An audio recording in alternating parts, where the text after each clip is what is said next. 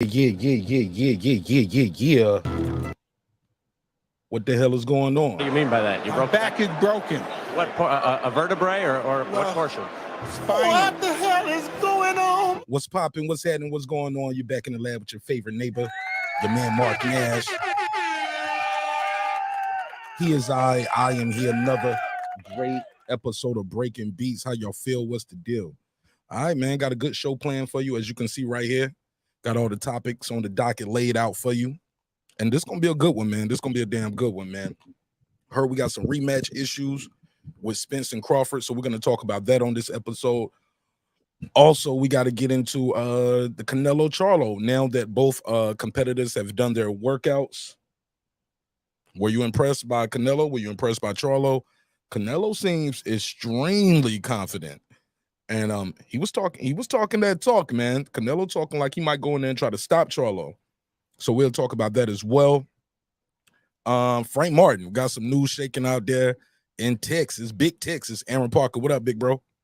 Got to talk about that as well. There's some trouble in paradise over there in Man Down Promotion. Do we got to put a case on it? I don't know how true it is, but allegedly, maybe, possibly, Frank Martin was not privy to his team agreeing to the price, and once he saw the price, he was like, I'm gonna need y'all to put some more.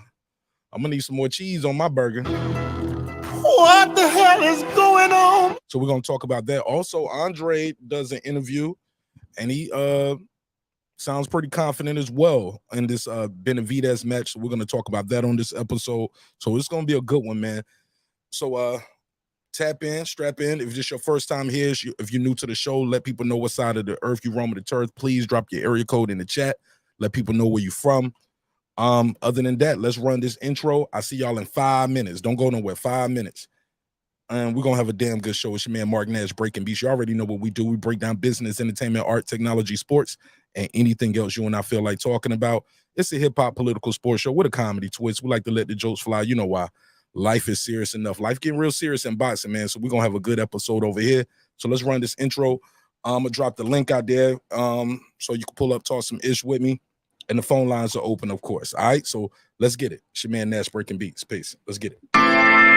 This is my passion. This is what I love to do. But some days, sometimes, I'm just like you, man. I hate this job. Damn, I hate this job. Damn, I hate this job. Damn, I hate my job. Damn, I hate this job. I'm just like you. Damn, I hate this job. Man, I hate this job.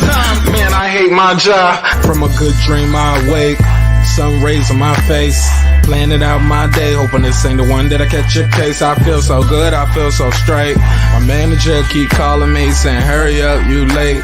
Hurry up, you lay off. Y'all, man, I hate this job. Man, I hate this job. Been trying to play it cool, but it's hard to play it off. I've been hanging on to this bush, cause my car still ain't paid off. I know I'm on my way up. My boy just got laid off, so y'all, man, I hate this job. Man, I hate this job. These hooks is so ratchet. These hooks is so sneaky. Y'all don't even really pay enough for y'all to only pay bi-weekly. I'm trying to double up my cash. Take this job, shove it up your ass. Yo, man, I hate this job. Sometimes I wanna say, walk in and slap my boss. This shit is getting hard. Damn, I hate this job. Gotta make it out of this struggle, bruh. And I don't really mean to take it out on you. You just a customer, but damn, I hate this job.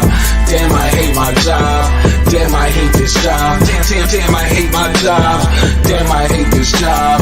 Damn, I hate this job. Damn, I hate my job. Damn, I hate this job. We're the reason why your stockholders always stay afloat. Yet I'm asking, are they hiring? Like everywhere I go, schedule will say 9, but I think it's fine if I clock in at 9:04. I work 40 hours a week plus overtime just to be bro, so y'all, man, I hate this job. Hate that I applied. So much has transpired since the day that I was high. Told me I could advance, but you were telling me lies. Gotta give your notice before I quit, but you don't say shit right before I'm fired. Damn, man, I hate this job. Sometimes I wanna say, walk in and slap my boss. This shit is getting hard. Damn, I hate this job. Gotta make it out of this struggle, bruh. And I don't really mean to take it out on you. You just a customer, but damn, I hate this job. Damn, I hate my job. Damn, I hate this job. Damn, I hate my job. Damn, I hate this job. Damn, I hate this job. Damn, I hate my job. Damn, I hate this job. You and your procedures. You and your protocol. You and your policies. None of that shit don't apply to me. You and your quotas. You and your standards. You and your 2 sick days a year. Y'all niggas bananas. Wonder why the postman's posted with hammers. Going postal with Popo on camera. His wage got him enraged. Stressed out, it's hard to maintain. He flips the middle, grabs his.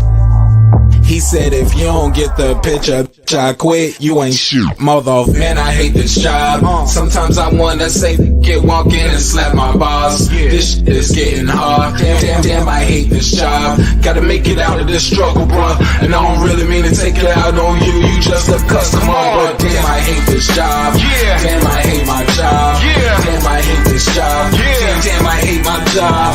Damn, I hate this job.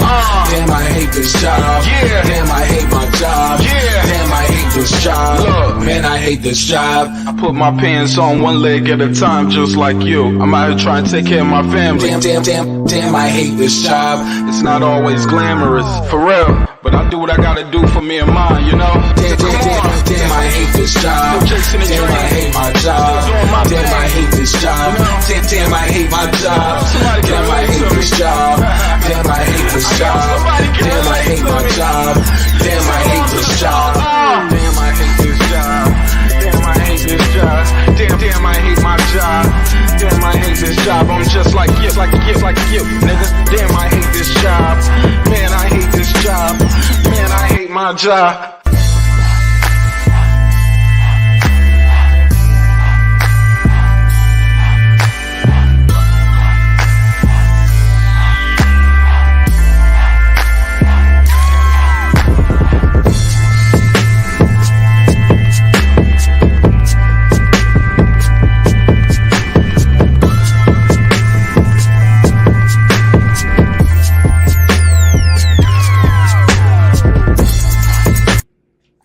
The views and opinions expressed in this program are those of the speakers, commentators, experts, and or the host. They do not explicitly nor necessarily reflect nor represent the channel's policy or the views held by the channel or broadcaster. The broadcaster or its channel cannot be held accountable for all or any views expressed during the program. Basically, if I didn't say it, don't come for me. You come for the person who said it. And please don't sue me for somebody else's words. With that said, let's start the show, motherfucker.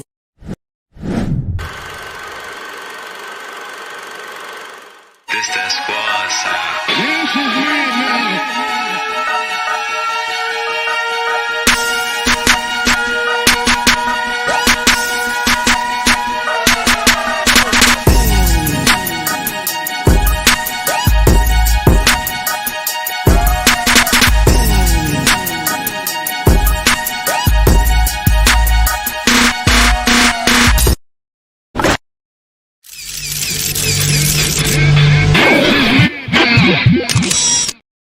Yeah, man. What up? I'm still over here sharing. What the hell is going on? What up, though? How y'all feel? What's the damn deal, man? What's popping? What's happening? What's going on? You back in the lab with your favorite neighbor, your man Mark Nash. He is I am he. I got my glasses tonight, so I'm gonna be able to read these comments a little better. All right. So yeah, I heard what y'all said about me yesterday, man. I couldn't see, man. I couldn't see. I was reading the comments wrong. I was looking like that girl Saweetie at the VMAs, struggling with that teleprompter, right? Yeah, but we back tonight though. I can see y'all. I can see y'all now. All right, so we're gonna get into it, man. We got a good show planned for y'all. A lot of good topics up here. I know boxing. What up, Lisa Bells? I see you. Mike Anderson. What up? spices. Make sure I can have a good show tonight. Everything charged up. What's good, man? Y'all have a good day. If it's your first time here,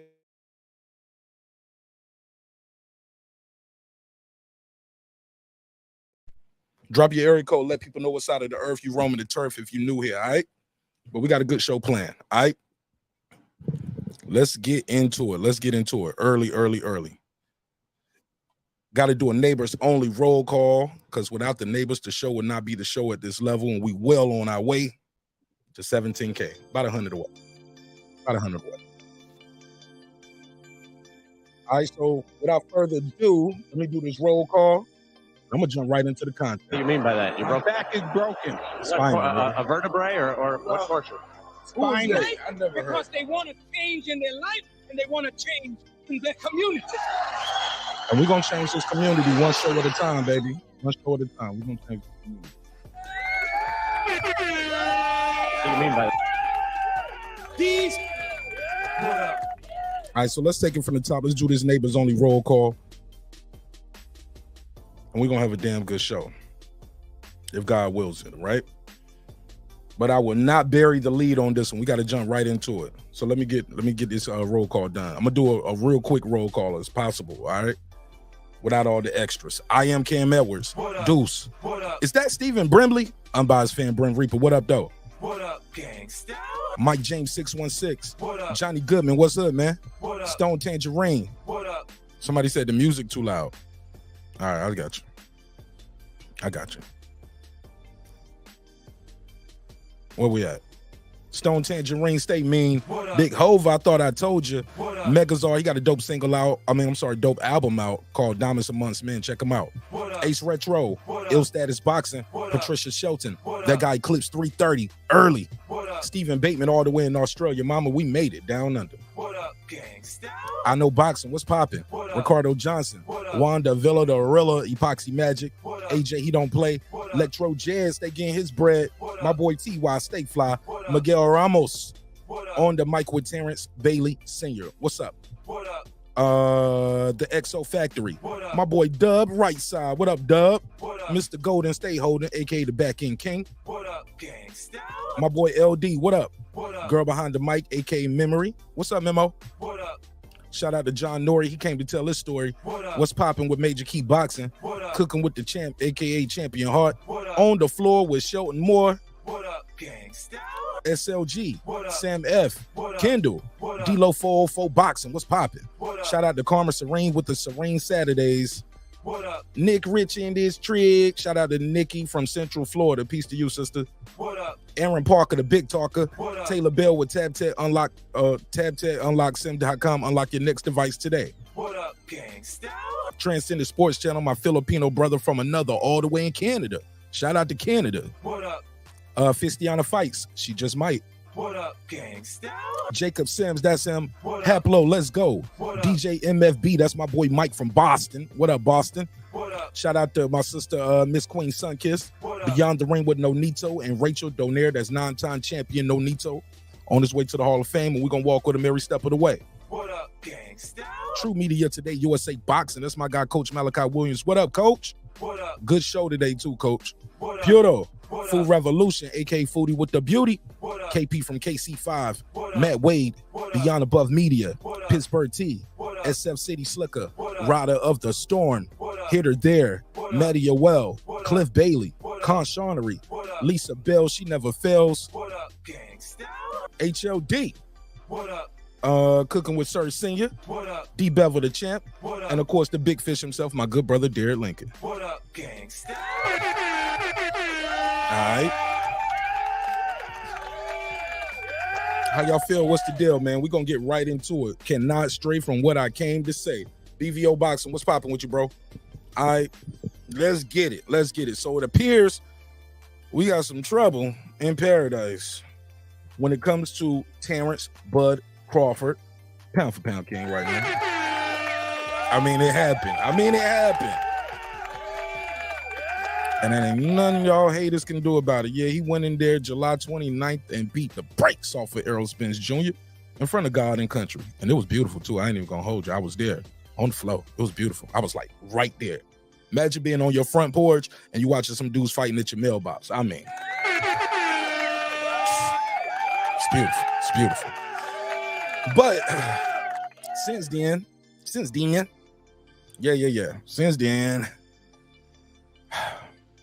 Errol Spence's exercised that rematch clause. He said, I ain't done yet. I want some more. He said, I want some more. In the process, since then, what we've been hearing is Terence Bud Crawford is actually trying to get a bite of the apple, which is Canelo Alvarez. Yeah. At 168 too. Yeah, he's saying I'm gonna climb the mountain. I'm gonna go all the way up to 168. Some people think that's way too much for Terence Crawford, but hey, he said he can do it. He want to do it. Put him in there. As you know, Canelo has a big fight going down September the 30th. It will be against one Jamel Ironman Charlo. And that's going to be a big fight. That's going to be a big pay-per-view event going down in Las Vegas. Shout out to Las Vegas. But in the process, we got a rematch clause. Let me make sure I can plug my device in over here so we can hear it. Matter of fact, I'll just share the screen. Let's go to Twitter. And it appears we got some issues with this rematch. They saying Big Bang Bud want a little bit more money from what I'm hearing. I don't know. Put a case on it. They saying Bud is playing hard to get. That's what the YouTube daddy's saying. That's what the YouTube daddy said. But let's hear the report real quick from Coppinger real quick, and we'll come back with some more commentary. Let's play this. Complications for this rematch. Potentially, yes, Bernardo, because the first fight, of course, was at 147 pounds. Errol Spence said afterward he was done at 147, but the winner of the first fight was able to select the weight for the second fight. So it's going to be up to Terence Crawford. If Crawford wants to fight at 54, then no problem at all. If Terence Crawford decides that he wants Errol Spence to make some concessions to move the weight up, then there will have to be some sort of negotiation, and I can definitely see an issue there because, obviously with the rematch clause, the purse splits are all decided ahead of time. This fighter X gets more if they win and so forth. So I don't think it's going to be cut and dry to change that weight. Okay, let's hear that last part again. The rematch clause, the purse splits are all decided ahead of time. So the purse splits for the rematches are already set up. This fighter X gets more if they win and so forth. So I don't think it's going to be cut and dry to change that weight. Is that there are other... So it appears the weight is the issue. Some people are saying it was the money. Let me make sure I got the phone lines open too. But some people were saying it was the money. Terence wants more money. According to this, in the words of Pittsburgh T, that's not true. It appears the money is already set. The money isn't the problem. Sorry about that. From what I'm hearing, the money isn't the problem. The problem is the weight. And they're saying Terence gonna want some more money. If I gotta fight you at 154, you gotta pay me a little bit more. What do you guys think of that? I'm plugging this phone in real quick. I ain't mad at Terence Crawford. Like, I'm not. They was giving that man hell for years. For years. Let me make sure this is right. For my face. All right, my bad. Had to make sure we good over here. Giving the man hell for years. I'm not mad at him if he says, you know what? I'm gonna need a bigger bag for that. I'm gonna need a bigger bag. What's up, Brim? Lisa Bell said she saw an article on this earlier. Call in, Lisa. Let me know what you heard. Call in. Let me know what you heard. But I will say this. Give me 1 second. Gotta blow my nose. I don't want to blow no booger on y'all on camera. Hold on. But that's what I was hearing. It was the weight. I was hearing it was the money, not the weight. Somebody said he was getting the A-side split anyway.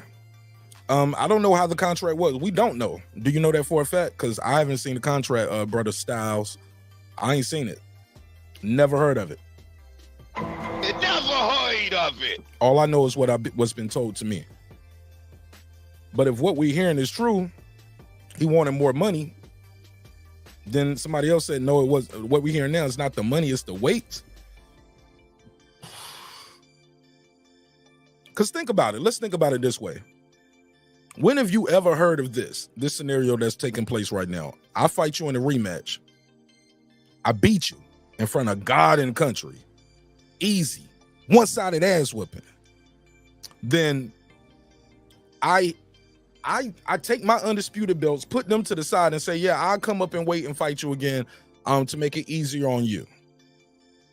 I never heard of that. It never heard of it. I never heard of that. This is new for me. But I wouldn't be mad at it. I wouldn't be mad at it but I'm biased though. I'm spoiled. I just want to see the fight. I just want to see the fight. I don't care about the weight. Yes. Martin Nash want to see this fight again. I enjoyed the first fight. I know a lot of y'all did not like that first fight. They thought it was too one-sided, wasn't competitive enough. Not me. I enjoyed it. But like I said, I'm biased because the guy I was rooting for won. Well, we don't know how much the split is, though, Brother Style. He said it was all in the contract. I didn't see the contract. Did you? I don't think nobody in my chat tonight has seen a Terence Crawford Errol Spence contract. Or no, we don't even know what the split was for the first fight. We don't know if it was 50-50, 60-40, 55-45. We don't know what the split was. We heard Errol come out and say, hey, I had to give him a little extra money to get the fight done. But we don't even know how much that was. He said it was more than what they had bet, and the bet was for $1 million. We just don't know. He said the fight was horrible. The woman won. What woman? I don't know what you're talking about. K. Moreira said it was a masterclass in boxing. I'll pay again to see that precision beatdown. Me too. I'm gonna pay for this fight. I'm paying for the rematch. Yeah, I got to. Oh, he said the wrong man won. I know, boxer, get off the gas. It never heard of it. How the wrong man win the fight? What are you talking about? The right man won the fight. It was no cheating. It was no corruption. I know, boxing, get off the gas. What are you talking about? Oh, your guy that you picked didn't win the fight. That's what happened. The guy you thought was gonna win didn't win. That's what happened. It's the way the cookie crumbles. We don't know, hey, Brother Styles. We don't, and the phone line is open. The phone line is open if you want to call in and voice your opinion. I can't go back and forth with the chat. I'll read it, I'll respond to it, but it ain't, I can't debate the chat. You know what I'm saying? But the phone lines are open. You can definitely call in. But we don't know what was in the contract, Brother Styles. Crawford beat Errol, man. The right man won. It was no cheating. It was no corruption involved. It was no egg weights. I don't want to hear about the weight drained. I don't want to hear none of that, man. In the words of Derrick James. Let me play Derrick James. What do you say? Hey, let me stop that shit. That's some dumb shit. Yeah. He said, I refuse to sit there and watch my fighter. He ain't your fighter. He ain't your fighter, bro. He's not signed to I Know Boxing Promotions. He's not your fighter. Take a beating like that again. And if he want to fight again, bro, let him fight. Put him in there. He want to fight again, put him in there. Who are you? Who are you and who is Martin Nash to tell him he can't go in there and fight again?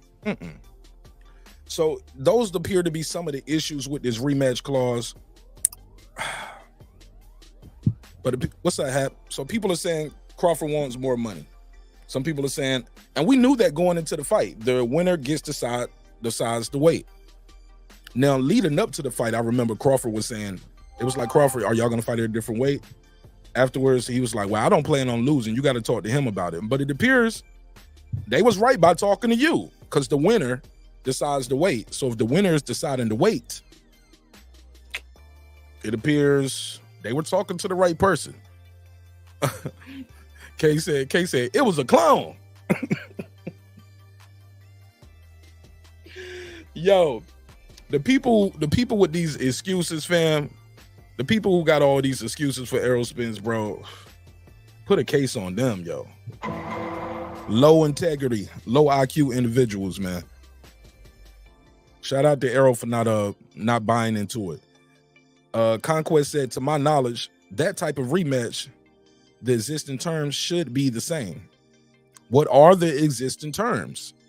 We don't know what the agreement was. Maybe the agreement for the rematch was, okay, 55-45. If you win, you get 55 and I get 45 on the flip side. But that might just be for the rematch head up at 147. The caveat changes if now you want to fight at 154 for the rematch. And I say, all right, well, if I got to go to 154 for the rematch, I'm gonna need a little bit more of your money. It's possible. It's possible, right? It's business. Haplo said it was a drunk clone with neurological disorders. Never heard of it. I know Boss, he said, I'm paying the public. And he said, I'm the paying public. Okay, yeah, I get you. You are a paying public. And a Spence fan. Never have a fighter I rooted for got demolished like that. It is what it is, man. Brother Style said, all fair, but it's shady. Why is it shady?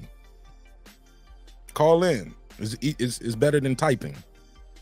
Haplo said, also his girlfriend dosed him with the codeine. I don't think she did that. Never heard of it. I don't think she did that, Hap. I don't believe that. I don't believe that happened, not for a bit. It does not behoove her at all. King KO, what up, fam? He said the aerosexuals are still clinging on to the loaded glove and the juicy juice. Where you from, bro? Where you from? You must be from the South somewhere. Only niggas from the South know about juicy juice. Juicy juice, they give you a carton of juice about this big for 30 cents. You used to get $3-4 them juicy juices. Remember that? They was $4. You get a big ass cup of big ass carton. It used to come in a little cardboard carton, juicy juice. And they only had like 3 flavors: red, yellow, and orange. Then right there in the late 90s, they messed the game up, bro. They came out with that strawberry kiwi. Nigga, that strawberry kiwi fucked the game up, boy. Ain't nothing but sugar in that thing. Yeah, that nigga said juicy juice. Ain't heard that in a minute. But that's where we at with it. These are some of the issues we having with the rematch. Definitely want to I'll drop the link out there for the members. This will be a members only panel link for the first part of the show. Definitely I'll drop the link out there for my members and let them get their bars off first. Everyone who's not a member, you will need to call in first to voice your opinion. So I'll drop the link out there for the members only. And if you're interested in joining the neighborhood over here, let me put a link out there. So if you want to join the membership, I'll put a link out there so you can support the show in a major way. Very affordable. You'll forget about that little $2.99. Where we at? Let me put it right here. Join members only today. Bear with me. It's a live show. I'll drop the link out there so you can join that way. I'm moving right along. It's about 30 minutes on that. Moving right along.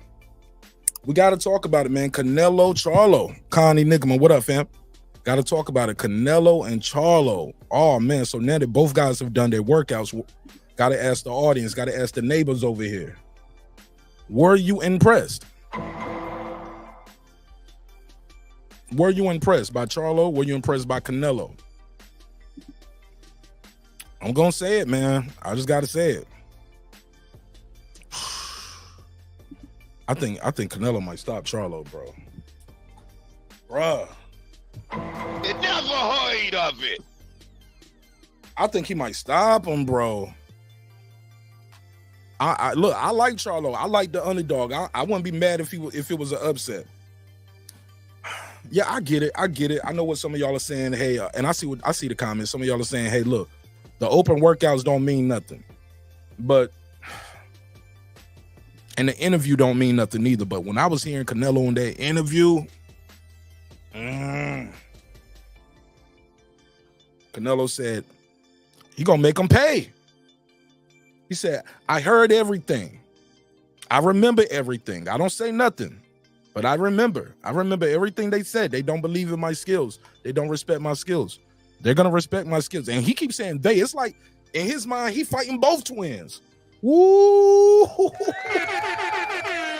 I love it. I love it. And I had Canelo winning by decision.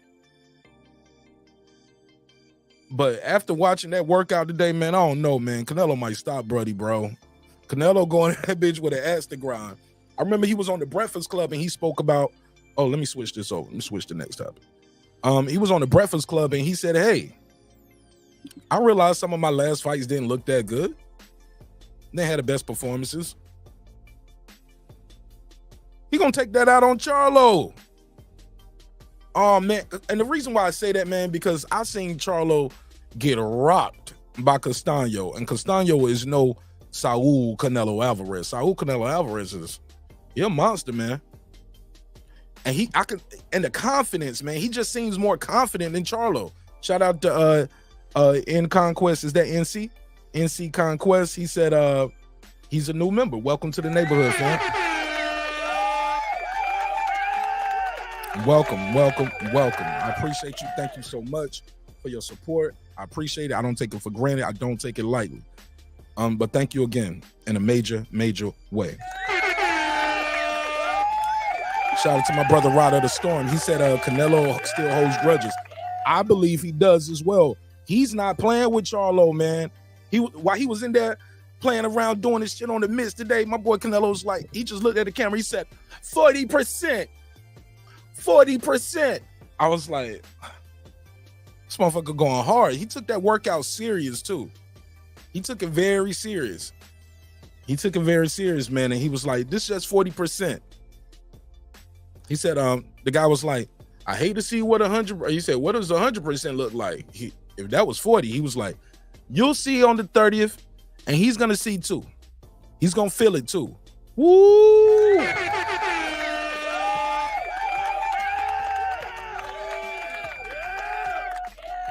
Bro, Canelo said his hand is better. He said all the issues I was having with my left hand, I'm better. He said I'm more confident because I can work my left hand now. I've been fighting with one hand. I've been injured for the longest. Canelo saying he's not coming to play with Charlo. Do y'all think this fight is gonna end with a knockout? Let me know in the chat right now. Let me see, KO or decision. Put a K for a knockout, put a D for decision. K for knockout, D for decision. Shout out to Foodie Revolution. What's up, sis? Let me know who do y'all think is gonna win this fight. But matter of fact, you don't even got to tell me your pick right now, because we're gonna do a prediction episode as we get closer to the fight. You don't even have to tell me who you think is gonna win now, because picks could change. But I want to know, do y'all think it's going to the cards or decision? Because we definitely gonna do a prediction episode. Karma Serene said decision. King KO. He got it by a knockout. I know boxing said a knockout. Food Revolution, knockout. She said, what up? Haplo said he got Canelo by stoppage. This is a silly fight. Pull up. Tell me why.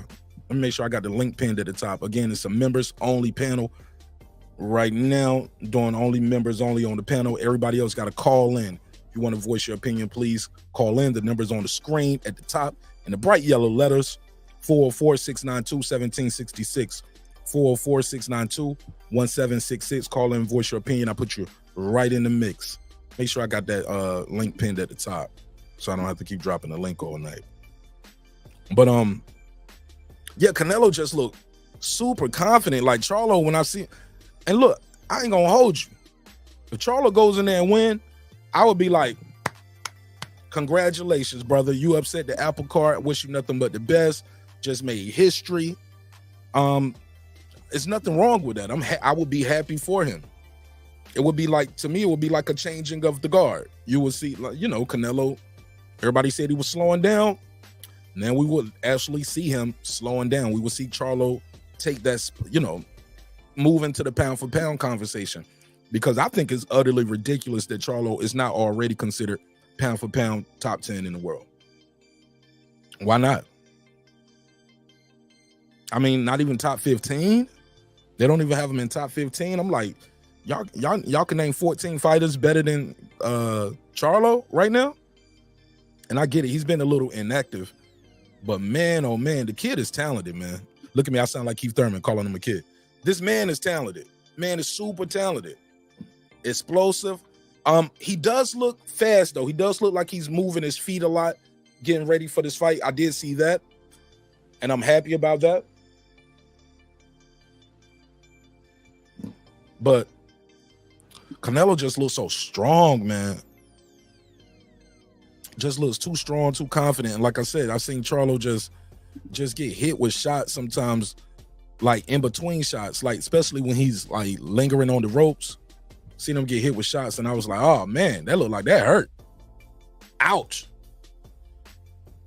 Got hit again. Now, can he catch Canelo? Is it possible? Yeah, it's possible. Right? It's possible. But is it likely that he's gonna hurt Canelo? Is it likely he's gonna hurt Canelo? Because I seen Canelo get hit. Canelo got a chin too. I don't think he gets enough credit for his chin. Canelo has a damn beard, man. We watched this guy grow up. If you've been watching boxing long enough, we watched this guy grow up on camera right in front of us. We was talking about that the other day, Food Revolution, and some of us. We was like, yo, this guy went from baby face to having the full red beard. We watched this dude grow up right in front of us on camera. I know boxing said, this fight is a money grab. Canelo only picked him because he knows he can beat him. Well, hold up. He didn't just pick Charlo out of the blue. Charlo was talking that talk. Charlo, let me find it. I'm gonna find it. This is Charlo after the John Ryder fight. I got you. Let me find it real quick. He was talking that talk. He was like, this guy can't beat me. Hold on, let me see. Jamel Charlo reacts to Canelo Ryder. Let me see if I can find it real quick. He was talking that talk. Here we go. Why so many people? This when he went live, he was like, undisputed can be a big thing in boxing. He called Canelo out. Canelo was just minding his biz, counting his millions. Let's hear it. Turn that off. Listen to it. Listen to him. Hold on, watch this. Wow. No. Say, man, I gotta ask y'all some questions, man. No. Come on, Jamel. Hey, man. What we gonna? Bro, we kept the files, man. This stuff don't go away. The internet is forever. Yeah. Don't get to me. Don't piss me off. Don't piss me off. I just let y'all see. When I go there, then y'all go there. Say, man. Say, man. Why they don't make Canelo fight undisputed? See? Fight me. Tag Eddie Hearn. Undisputed versus undisputed. Fuck it. Did you hear it? He calling Canelo out. Man. I'm 150. I gained a little weight. Listen to him. I gained some weight. I'm 150. I gained some weight. Yeah. Kev, all right, I got you, Kev. Listen to him. Telling me about Canelo. Yeah, Canelo. Not Eli and Kobe. He making a face like, Canelo. This nigga ain't nothing. That's his vibe. He like, this nigga ain't nothing. He asked for this Canelo fight. And whatever happens, I don't want to hear nothing about where he was too small. Man, these dudes be calling Canelo out, then they get their ass whooped, and then they got all these excuses. Nah, man. I don't care about the weight. We here now. This September, bro. What's today? It's officially September 14th on the East Coast. He got about 2 weeks, bro. Judgment Day cometh. He was talking this shit online. Let me play some more of this. He was talking this big shit online. Oh no, he gonna have to back it up. Even Canelo said, I was suspecting him to talk more talk. Man, it is different when you standing in front of that person, bro. Just like y'all in the chat. Niggas be talking in chat all day. That link is different. This camera is different. Calling in, that shit different. Because now you don't just get to type it. You got to defend it. You get a little pushback, pause. You know what I'm saying? Somebody going to challenge your opinion. Challenge your narratives. A lot of people don't like to be challenged with their thoughts and opinions, their narrative. They was like, I just want to type this in.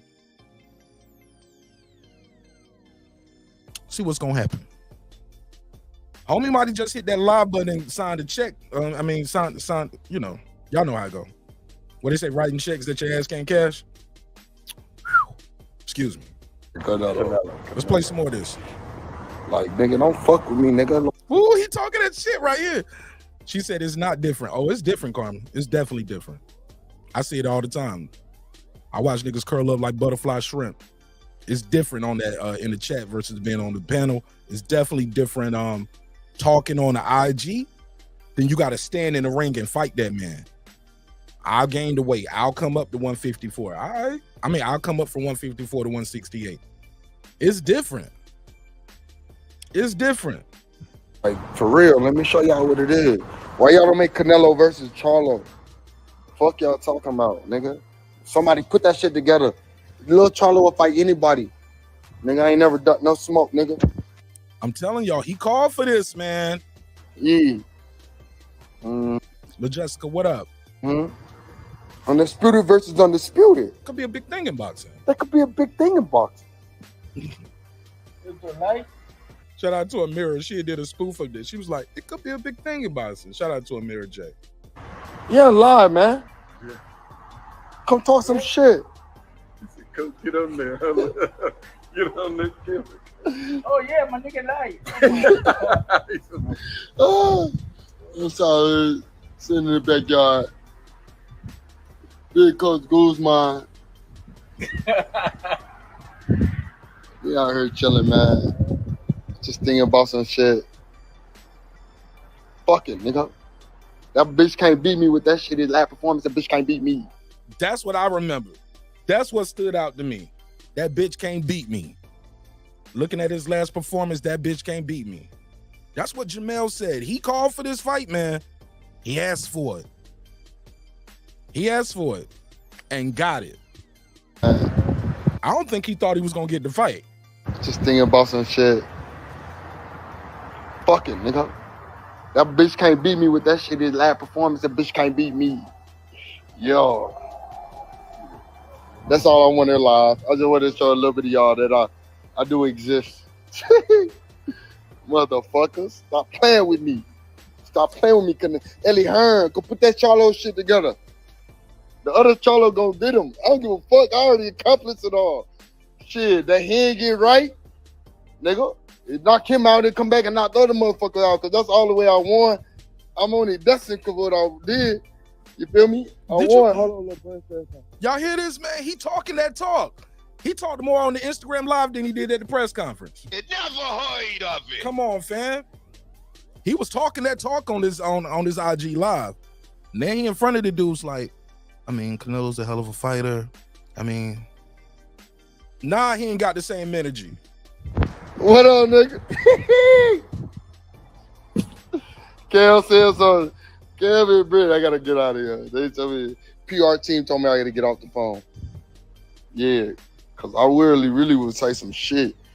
But, and I don't know why. I heard Danny Garcia fighting us like he live. I'm finna win only in best this year. I'm a promoter. He's on the promoter. Big time. What do you think? God damn. I'm cooking up some sauce over here. I'm strong as fuck. I train every day. Don't stop playing with me. Let's go. Yeah. Tell that hater keep hating. Let's go. I'm here. H-Town, Texas. This how the H-Town look. Yeah, this how the H-Town look. Oh, yeah. Shout out to Big Charlo. Nigga crib looking like a resort. Nigga look like he at a resort right now. Shout out to Houston. I'm good over here in H-Town. Shout out to H-Town. Hanging out by the pool. Hearing a dog's whistle. Big Doverman. Gonna get bit. All the belts. I see you, Kev. Yeah. And I've been holding it down for the Charlo. Y'all know what it is. Yeah, man. I know boxing. Canelo knows Charlo coming up 2 divisions won't be strong enough to hurt him. Why not fight Benavidez, Morrell, or Andre? Hey, look, I wanted those fights as well. I wanted to see him fight Benavidez. I was not happy about this fight. I made it very clear, in no uncertain terms. This wasn't the fight I wanted to see. It wasn't the fight I wanted to see, but this is the fight that's in front of us. This is the fight that's signed, and both guys agreed to it. Both guys agreed. Can't get mad at that. I can't be mad at it. Listen to him, bro. He called for him. He called for this, man. So I don't want to hear about where he was too small. He can't hurt him. Hey, look, Canelo fought bigger guys that wasn't hurting him, though. He fought guys at 175. Bivol beat him, but I never saw Bivol really hurt Canelo during that fight. Did you? Anybody? I don't recall Bivol having Canelo doing the stanky leg, hurting him. Canelo's talented, man. The kid is talented, man, and he works hard too. Cause that workout we saw today, like he said, that was 40%, and was beasting in there. He took that workout serious. Nigga was jumping rope for like 15 minutes, shadow boxing for another 10 minutes, hitting the pads, hitting the aqua bag. Canelo works hard, man. Canelo works hard. He ain't just get here by accident. I'm just saying, bro. But Charlo does as well. Charlo didn't get hit by accident. Y'all quiet as hell out there tonight. Did anybody other than me see the Canelo Charlo workouts this week? Anybody? Nobody saw that shit? Was anybody impressed? Now, granted, I saw Charlo before he started. Derrick James was like, don't show him too much. He said, they trying to look for something, we trying to look for something, so don't show him too much. And so Charlo's like, so just hit the bag a little bit, dude. He's like, yeah. And he whispered something else. I couldn't hear the rest. But this fight is gonna be a big fight, whether we want to see it or not, whether it was the fight we asked for or not. This is the fight that's in front of us. First guest in the building, Haplo. Welcome home, brother. How you feel? Saludos. I feel good. It's Talk always to me. great to be on the Mark Nash panel, especially members only. It's members only rule. Absolutely. Members only panel. Talk to me.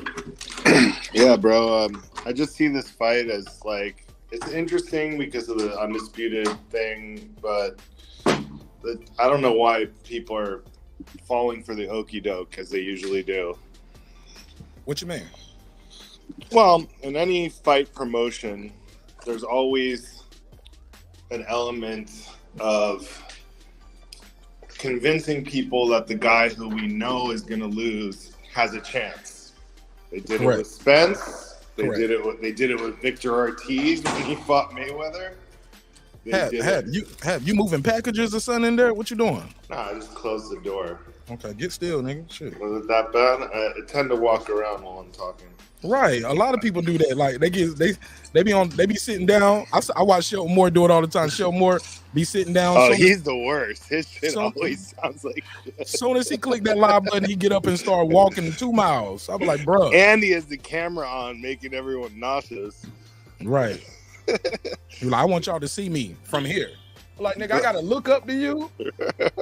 Like, nigga, I'm not a toddler, but bring the phone up. Face, eye to eye, nigga. That nigga be At least hold it up. Yeah. Yeah, man. He's like showing underneath the Yeah, like we the toilet or something. You just standing over us and shit like the toilet, nigga.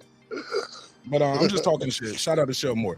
But talk to me. Go ahead. You said boxing promotions, they trick us to thinking the guy who we know is gonna lose has a chance to win it. Yeah, that's the whole trick of what they do with what is it? All Access now. It used to be 24/7. They'll put Victor Ortiz up there and show his whole life story and show him working out. And people are like, man, maybe, I'm changing my mind. He might win. That's the whole point of that. They want people to buy into Charlo could possibly win enough to where they're going to buy the pay-per-view. But we all knew, like, if you had told me a year ago that Jermell and Canelo were going to fight at 168, everyone would have said the same thing. He's going to lose. and he is gonna lose. And you can tell me all day long, oh, but no, he's really big, and you know this is good for him. He might be more powerful, and all that shit that they want you to believe. When really, all that's gonna happen is Canelo is gonna fucking dog walk Jermell. But you act like upsets don't happen in boxing though, bro. We get upsets every year. They do. No, they do. I mean, but not with Canelo, not with the PBC.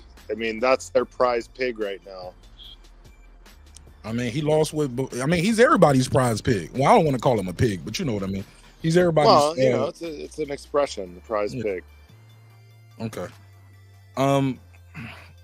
But he's the prize everywhere he goes. He's the cash cow. He lost with Bivol. Right. But that was him moving up to 175, fighting a guy who, now, if you had told me a year before that he was going to fight Bivol, I would have said Bivol is going to beat him. Which everyone who knew anything was saying Bivol is going to win that fight. This time around, it's the opposite. There's no fucking way Jermell's winning. Period. No way? He has 0? What's the percentage you give him? 0.01. Golly. 0.01. If Canelo trips, like the canvas is wet, he trips and is falling forward while Jermell throws a punch, he can knock him out. But other than that, he gonna lose. Yeah, it's 0.01 chance. Damn, did you see the workouts? The Canelo Charlo workouts? Were you impressed? Did it sway you any kind of way? I saw it. I saw a little bit of it, but I didn't really pay all that much attention. I feel like it's a foregone conclusion. And look, I could be wrong. Anybody could be wrong. And, you know, if Canelo loses, I'm not going to cry about it. I don't love Canelo. What you don't like about Canelo? I didn't say I don't like him. I just don't. I'm not like one of these puro Canelo lovers. Did you say puro? Yeah. Puro said he's not a big Canelo fan. Puro just means pure. I said puro Canelo lovers. Okay, I thought you was talking about our neighbor, Puro. I was a little subliminal. Little sub. Okay. Yeah. Why you not a Canelo lover? He's the face of boxing, some would say. I think he's done very well for himself, and he's accomplished a lot, and I respect that. But I've never been all that big of a fan of his, like, you know, where I love him like that. I'll criticize him where the criticism is due. Hold your thought. Let me take this call. 410, you got the flow. Tell them your name, where you from. What's up, Mark? It's Jerry. Turn the TV down in the background, Jerry. There we go. There it is. Down. Jerry the Terror Tasker from Baltimore. Talk to me, man. What's your take on this topic? Charlo can definitely win this fight. What? I don't know what people... yeah, he can definitely win, man. Size is not that big of a deal in boxing. People make a huge deal out of it, but if you listen to the fighters, 9 times out of 10, they will tell you height and reach. Now, this is in relative parameters. I mean, you can't put a featherweight in against a light heavyweight, right? Right. But when you look at, and I said this right from the jump when this fight was announced, and Charlo went up 2 weight classes, I said, weight is not, and size is not going to be an issue in this fight. And when you see them 2 men standing together, it's very clear. Canelo is not bigger than Charlo. If anyone's bigger, and I don't mean just taller, it's Charlo. Only difference between the two is Canelo, who I've always viewed as a blown-up junior middleweight, he just went up in weight, whereas Charlo stayed where he was at, where he was the champion, and he cutting the weight. Now, I firmly believe that Canelo can still make 160. And I think if he wanted to drain down, like, say, a Benavidez or a Devin Haney, he probably could still make 54 if he really wanted to. Thing is, he doesn't have to. A, he doesn't have to because he's already the cash cow.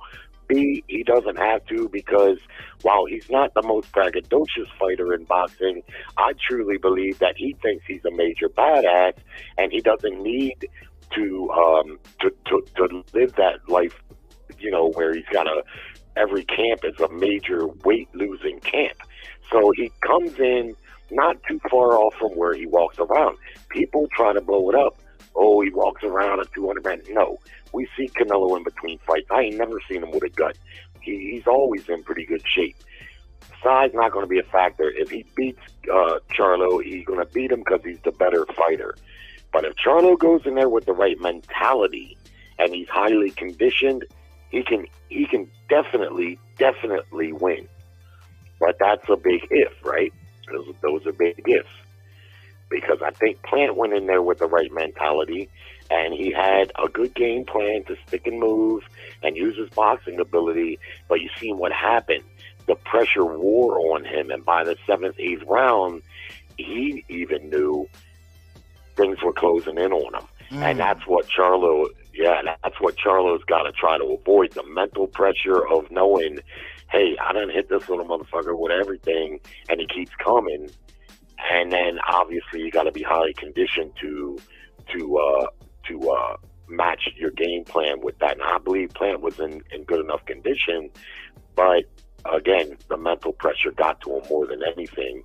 And then that's problematic because Canelo can punch. So if you get mentally weak in the second half of the fight, you start questioning your fatigue level, and you start questioning things because you ain't been able to make this guy punch.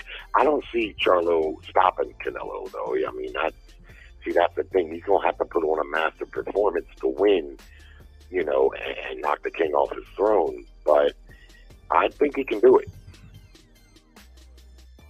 Okay. Haplo, you want to respond? I think Haplo said he got to Sure. return. I would love to respond.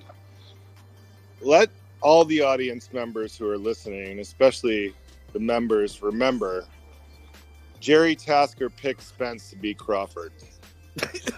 His analysis is ass, and he doesn't know shit about boxing. He's basically giving you exactly the political bullshit that I was just discussing with Mark before he jumped on, where I was trying to tell people, like, they're going to try to convince the morons that Charlo actually has a chance. Jerry just gave you all the points right there, very concisely. Good job, Jerry. He gave you all the points very concisely of why Charlo... No, I didn't interrupt you, brother. Just let me finish. He gave you all the points very concisely of what they're going to try to feed you to get you to believe in this bullshit fight. Charlo has no chance. Well, no, not no chance. 0.01% chance of beating Canelo. It's not because of the size. No one said anything about size, Jerry. It's because of who's a better fighter, who's been in the ring with more competition. You broke up that last part. You said better fighter been in the ring. You're breaking up. That's what happened when you start walking around while you're on the phone. You're breaking up. Go back to where you was at. Guys who have... Can you hear me? Can yes, you hear sir. me? Go ahead. Yes, sir. Go ahead. Yes, Guys sir. who have lateral movement, guys who have great defense, guys who tend to be more negative than positive. Charlo under Derek James has the same stupid game plan as every other fucking Derek James fighter, which is come forward, try to work the body, and then go up to the head. And if he does that with Canelo, he's going to look exactly like James Kirkland did, my friend. And everything... You're breaking up again. You're breaking up. Get still. Can't walk and talk. You're still. Last thing we heard is everything. You say he's going to get beat up like James Kirkland. What was the last part? I said, thank you very much. No, you said something. You said he's going to end up like James Kirkland, and you said something after that. You start breaking up. And then I said, thank you very much, and I retire. Go ahead, Jerry. Yeah. He sounds like a guy that's watched maybe 10 fights in his life. See, so it's hard for me to really converse with him because he's a guy that hasn't watched enough fights to know that upsets happen routinely in boxing. You see, nobody picked Ruiz to beat AJ. He was a 22-1 underdog. Teofimo Lopez, Cambosis was a 14-1 underdog. You can look at those fights and point things out to say the guy had no chance. yet it happened. This is boxing. It's not the WWE. It's not prescripted. Jamel Charlo is not some scuttlebum. He's a good fighter, an athletic fighter. Game plan is going to be key here. As far as Spence and Crawford, yeah, I got that one wrong. But the fact is, lots of people picked Spence to win that fight. I wasn't alone in that. And Mark, you know, I was 50-50 on the fight. And I said that several times. But that's besides the point. I've been wrong. You was 50-50 on Spence and Crawford? Yeah, and I said that on your show several times. That, you know, one day I would think Crawford was going to win. He lied. He lied. Who the falls? No, ain't no lie. That's the truth. He lied. But in the end, I picked Spence to win, and I was wrong. So what? You ain't never been wrong picking fights. You didn't just pick Spence. You broke it down. You told us all exactly how you thought it was going to go, just like you're doing right now. I said it was going to be a 50-50 fight.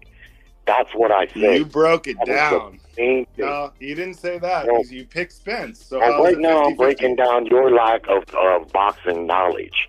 Now, I'm picking Canelo to win this fight. But my point is, Charlo can win.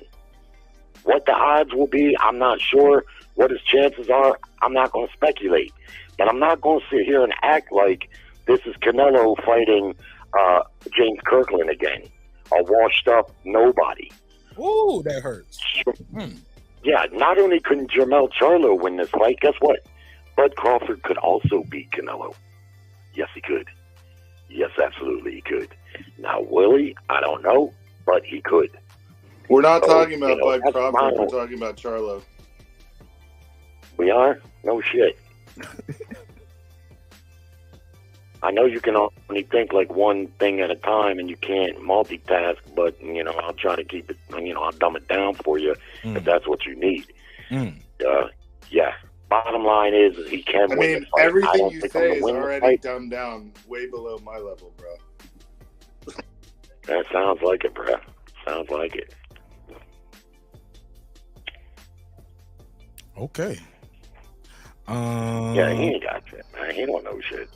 Bruh, that's his biggest, that's the main word in his vocabulary is bro. Maybe he love you like a brother. Well, you're like a retarded older brother from a separate father that I have to see at like the family picnics. Oh man, it's getting hot in here. Okay, bro. Round one is getting hot in here. Talk to me, unbiased fan. What's your take, man? Jerry, stay on the line with me. Stay here, Jerry. I think I might be in the middle of these guys. Well, I ain't gonna say I'm in the middle because Jerry kind of clarified his position. Charlo does have a chance. There is a way to victory for him. What is it? Yeah. Huh? What is his path to victory? His path to victory is activity, early activity, utilizing his range, and actually also picking his shots. He don't want to get into a firefight with Canelo and leave himself open for counter shots. So he's going to have to pick shots wisely, keep him on the outside, and do that during the early rounds. Why? Because I think the later the fight gets, if he has not exerted too much energy, it can be a benefit for him because Canelo does tend to wind down a little bit when you get into the later rounds, which gives him a chance. So he doesn't want to take any real damage early in the fight, because if he does, none of that shit's going to matter. But the key thing that, for me, just when it comes to Charlo, the reason why I just can't say, hey, Charlo will win, it's just the in-fight adjustments, man. That's the number one key component for Charlo having a chance to win this fight, is in-fight adjustments. He has not shown me he's been able to do that in his previous fights, and that's why I cannot pick him. He has a chance. He has the ability and the skill set to do so. But because of that dynamic is why I don't pick Charlo. but Charlo does have a legitimate chance. And I see people belly aching. You know, people have been belly aching about the Benavidez, and at one point in time, you was upset about this fight, and you felt like you should fight Benavidez. Yeah. But I've always felt this way. I do believe Benavidez has earned his shot to fight Canelo, but I think many people overvalue Benavidez, and as of right now, if we just look at them as a blanket resume or a blanket fighter A, fighter B, he would just be another guy as of right now. Now, hopefully, he gets his opportunity to show otherwise, but right now, he's just another guy. And you know, I mean, it's a fight I want to see. It's a fight I want to see, period. But right now, if he decides to take the Bud fight over as a second fight instead of Benavidez, is everybody going to be up in arms? We'd be like, hey, go get him. Go ahead, Hap. Yeah, go ahead, Hap. And then we'll go back to Jay. Yeah, I mean, both of them keep saying, like, Charlo can win. Yes, he can win another fight, not this fight. He's not going to win this fight. I love it. He cannot win this another fight, not this fight. Yeah, and look at Canelo is acclimated to the 168-pound division. The guy hasn't been rocked since 2009 when he fought Jose Cotto at 154. Right. That's the only time we've ever seen him really look a little bit hurt, and he still won the fucking fight by knockout and didn't go down. He's taking punches from Triple G. He's taking punches from fucking Kovalev. He's taking punches from Danny Jacobs. He beat the shit out of Danny Jacobs. He's gonna beat the shit out of Charlo, and that's when Danny Jacobs and him were at the same weight. So what the fuck are you guys talking about? You're buying into the bullshit. You're believing the hype. You're falling for the okie doke, and that's just what it is.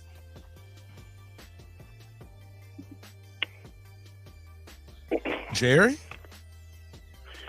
The more this guy talks, the more it's clear that he don't know shit about nothing, man. He didn't beat the shit out of Danny Jacobs. Did you actually watch that fight?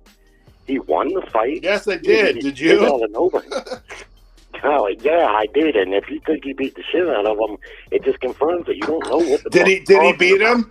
Did he beat him? Know what an ass whooping looks Did he beat him? Did he beat him? Did I say that he beat him? Did he beat him? him? We know that he won. We know that he won Danny the fight. Jacobs? Did you say he beat Danny, or did you say he beat the shit out of him? You said he beat the shit out of him. It's called hyperbole. Look it up. It's called you don't know shit. That's what it's called. No, it's called you don't know shit. Mr. I picked Spence to win, and I'm going to break it down for you. I think you need to set this up, Mark. It's a 50-50 No, fight. hey, let him go. Let him go. Let him shut up, Mark. Spence is going to win. Hey, Mark, Spence tell is him going to to shut win, up but it's a because I 50-50 didn't talk fight. when he was What talking. kind of fucking double talk is that, Jerry? When are you going to Shut fucking up, learn, bro? I'm talking now. When are you going to learn? When are you going to learn? Go ahead. When are you going to learn? You're 60 years old. When are you going to fucking learn? Listen, bro. Don't worry about how old I am. I'm not worried about it. You should be worried about it. Man, I hope to God I live to be 60, man. Hey, look, I hope I can handle everything I need to handle, bro. Living long is a And that blessing. includes a punk ass bitch like you. Woo! Oh, shit. Now you want to get personal. I see. I mean, well, you can get personal. You got personal a little first. No, I'm talking about his boxing opinions. Yeah, y'all both been going. Y'all both been going personal. Like, yeah, y'all both been going personal. But shit, it's all entertainment. It's all entertainment. Anybody who's watched boxing more than a couple years knows that when you match the top fighters, you can't never say this guy has no chance of winning, which is what he came strong with. Now he's walking it back a little bit now, and you can't never say. I do want to hear that. I do want to hear him finish though. Let him say a couple lines, man. Let him at least finish his thought. You know, them old folks be forgetting that shit. Respectfully. I'm joking. What I like to do is I like to have a discussion with a little bit of intellect, right? Other than, bruh, you have no chance, bruh, you have no chance, bruh. And discuss. What are you talking about? I broke it down for you, bro. Just like, I'm talking about you being quiet. That's how I talk. Just like the other guy said. I say, bro. The other guy had some intelligent comments on what Charlo could need Yeah, to because do he agrees to with help him win you. the fight? He's intelligent because he agrees with you. We both said that we're not picking Charlo to win the fight. Oh, you're not? Why don't you listen a little bit? Are you doing the If you same listen a little stupid bit- shit? So you're sitting on the fence Well, again. You're trying to pick Charlo and say it's a 50-50 fight. The same thing you did with No, I Spence. never said it was a 50-50 fight. The same Never thing said you it was did with 50-50. Spence. The Was same thing talking you about did. Bud and Crawford when I said You're not 50-50. picking Charlo, but you you're got a Charlo. comprehension issue. Make up your That's mind, why you're motherfucker. stupid, because you can't comprehend. You do too much talking and not enough Make up your mind. He never picked. He Never never said picked. He never 50-50. said Charlo was gonna win. So you're picking. can't do So it with both him, of man. you The guy's picking got no Canelo? He intellect, said man. he thinks Canelo's gonna win, but he. Okay, good. Then what are we talking about? Forget it. But you're saying he has absolutely. You saying he has 0.01% chance. 0.01. And we That's not no we chance. disagree with you on that. That's 0.01. That's not. But no we chance. but we disagree with you on that. Very, very little chance. I give him a 20% chance.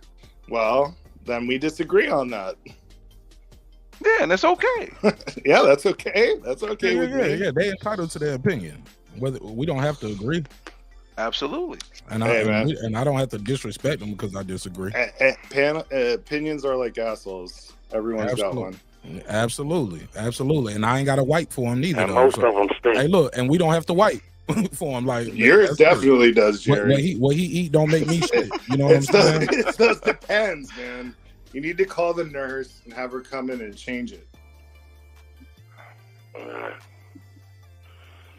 Yeah, bro, it's easy to be an internet tough guy. Who's That's all being you are. tough?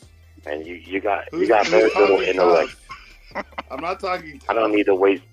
Did I I don't say I need to was waste going time to with kick you your ass or because something? you got no intellect. You got like one Well, I have little no thing to intellect. say, and then Maybe, that's all you maybe got. you should look at my channel, Jerry, so you know who Fuck you're the dealing channel. with. I have more intellect. I have more. Yo, he went in. At least I have a channel. He did the Rick James. He did the Rick James. F your couch. Oh yeah. Yeah, Slap. and we all saw what happened to Rick James. Gave you the open hand slap. All right. So Jerry, what happened? So Jerry, did you see the open workouts with Canelo and Charlo? Yeah? No? No. Okay, didn't see him. Wasn't interested in seeing him. I don't think and yet he's still talking about it. Yeah, I don't need to see a workout. It's easy to beat up a heavy He doesn't bag. need to see I don't think anything. what to think. He knows everything. He just automatically. He doesn't have to see anything. Doesn't pay attention. You being your petty opinion. right now. Just your opinion is good. Just like when you pick You're Spence petty to right win. now. You pick Spence. You to being win. petty. I know you don't know shit about boxing, and that's clear. Okay, Jerry.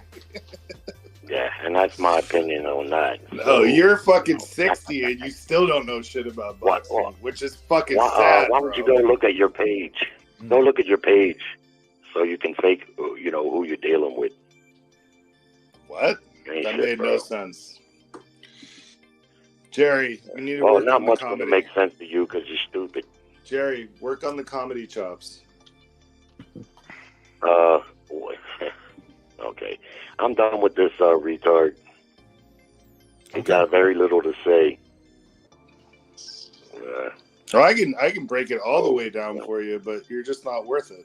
Break it down for me in the audience, then, because I want to hear. Yeah, break it down for me too, man. Hopefully, I'm worthy of Yeah, it. well, okay. 0.1 chance. Do you want me to break it down, or you want to hear Jerry's bullshit? Well, Jerry was breaking it down. Jerry was breaking it down as well. Let's hear it though. I let Jerry fucking break it all the way down. For you, what happened? It's on you. You said you can break it down. Break it down. Let's hear it. Okay, let's go through your list. Power, Canelo. Head movement, Canelo. Footwork, Canelo. Experience, Canelo. Resume, Canelo. Every single category, Canelo. What the fuck are you guys thinking? You think Canelo's faster than is going to be faster than Charlo? Faster hands or feet? Both, either or. Hand speed, I would say Canelo, and a combination is faster. Foot speed, Charlo. Footwork, Canelo.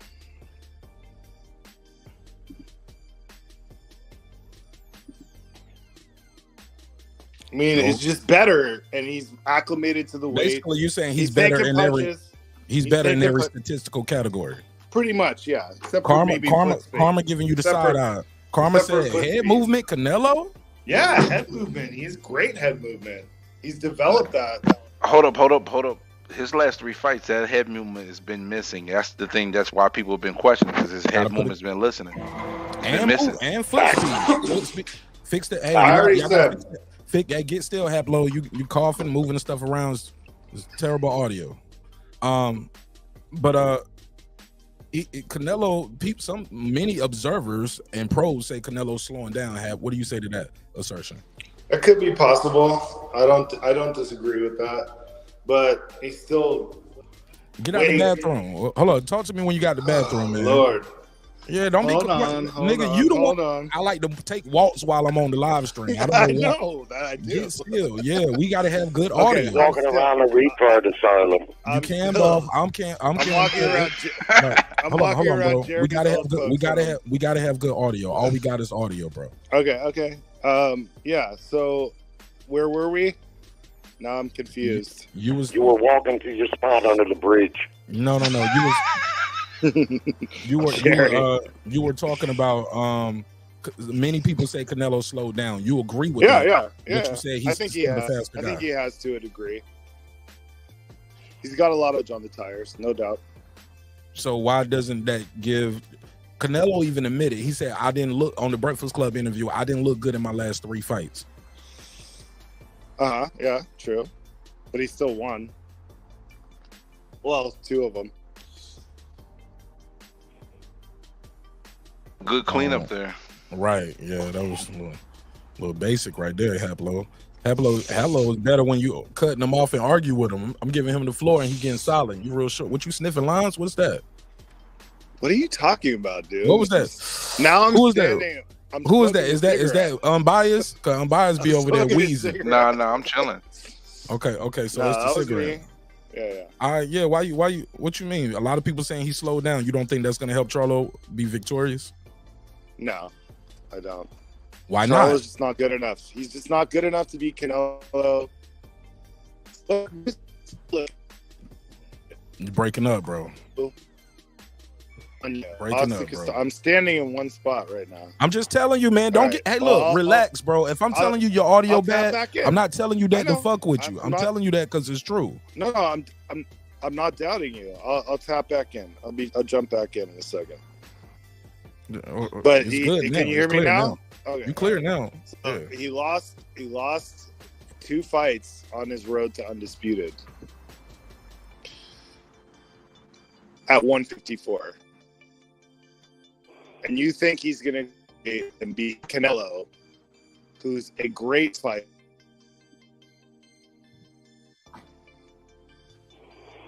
Fucking Jermel to fucking beat him. Sorry. Okay, go ahead, Jerry. Unbiased. Well, I mean, fighters lose all the time, bro. I think to walk things back a little bit, it should be clarified what the other caller and what I'm also saying is, and I said in the first when I first replied, if Charlo loses to Canelo, it's going to be because Canelo's a better fighter. Yeah, Canelo has some advantages in this fight. Experience is probably the main one. But at the rate he's looked at in his last 3 fights, experience starts to turn back once you hit a certain point. Many people believe, like you said, Canelo is slowing down, and that's what I've seen. And like the other guy pointed out, the head movement's been missing. And ever since he made that super middleweight run, he's loading up on shots like crazy. That's all he's doing. And this is why Bivol was able to take advantage of him, because like you pointed out, Bivol never really hurt Canelo. It's almost impossible to hurt him. You know, he's got a hell of a chin. But what he was able to do, because if you watch the fight, Canelo was loading up on every single punch. Every punch he was loading up, and he's been doing that a lot ever since he knocked out Kovalev. is when I noticed it. And that is a big downfall for him, especially if you're fighting a guy. You don't have to be fighting a guy necessarily faster than you, but if he's as fast as you, which I would say Charlo is as fast. I don't know, it might be splitting hairs to say who's the faster fighter hand speed wise, but Charlo's definitely got enough hand speed to get punches in if he's throwing them at the right time. But if Canelo's loading up, that makes it even easier. If you're a good fighter with a good solid presence of mind, you can take advantage of that, and that's exactly what Bivol did. Straight punches, and he took advantage of Canelo loading up. And you noticed in that fight, Canelo, he only started moving his head a little bit towards the end because he was getting tagged so much. Okay? So all of this won't add up to a hill of beans if Charlo doesn't execute, right? And there's where I see the biggest downfall for him, is he said he's been on the big stage before, but he ain't never been on a stage as big as what that's going to be when he fights Canelo. Not even close. Media and the crowd.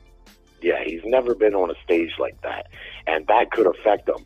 Now, if he goes in there with a mindset like Jeff Horn did when he also fought never Manny fought at Pacquiao, 168. Go ahead, finish what you were saying. You say if you walk in there with what mind state, Jerry?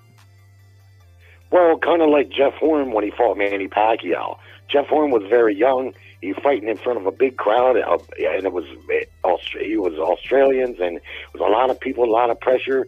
And whether you think he won that fight or not, I'm not here to debate that. But the mindset was, I don't care that this guy's a legend. I don't care that this guy is supposed to beat me. None of that. I'm going to do what my game plan is, and I'm going to carry it through the whole way. And there is where I see the possible biggest downfall for Jamel, is the pressure will get to him, whether Canelo's loading up or not. He'll probably have some success early, but it's the second half of the fight where I think things get dicey for him. That was a fabulous breakdown, Jerry, but you're picking Canelo, so it's all academic. I mean, he's entitled to his opinion.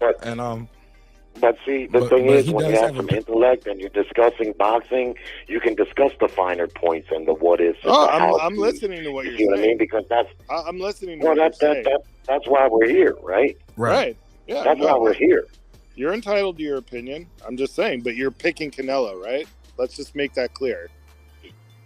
Yeah, but he's doing a breakdown of what a path to victory for Charlo, which is fine. The norm, which is nothing wrong with that, and I love that. I love that. I can do that too. I just don't. Well, you can't do that. Well, you can't do that because you say he only got. I just don't see the point in it. No, because Jerry gave him. I'm telling you the point. Because Jerry said Jerry gives him more of a chance than you. You said 0.1. No, 0.01. Yeah. Okay, 0.01. All right. Yeah. 0.01. Jerry gives him more than a chance to 0.01. Well, the other guy said 20%. What's Jerry's percentage? I don't know. I'd say about 30%. Maybe a little bit better. So mainly because I think Canelo is going to win. I didn't hear him. Well, say it again, Jerry. Mainly because from my experience and what I've seen, I've watched Canelo his whole career, is he's slipping. He's just slipping. I can see it in him. He's got 60 plus fights. He's been fighting since he was 18-year pro. That's a long time, man. 15. He was 15. Yeah. Well, 15 years old.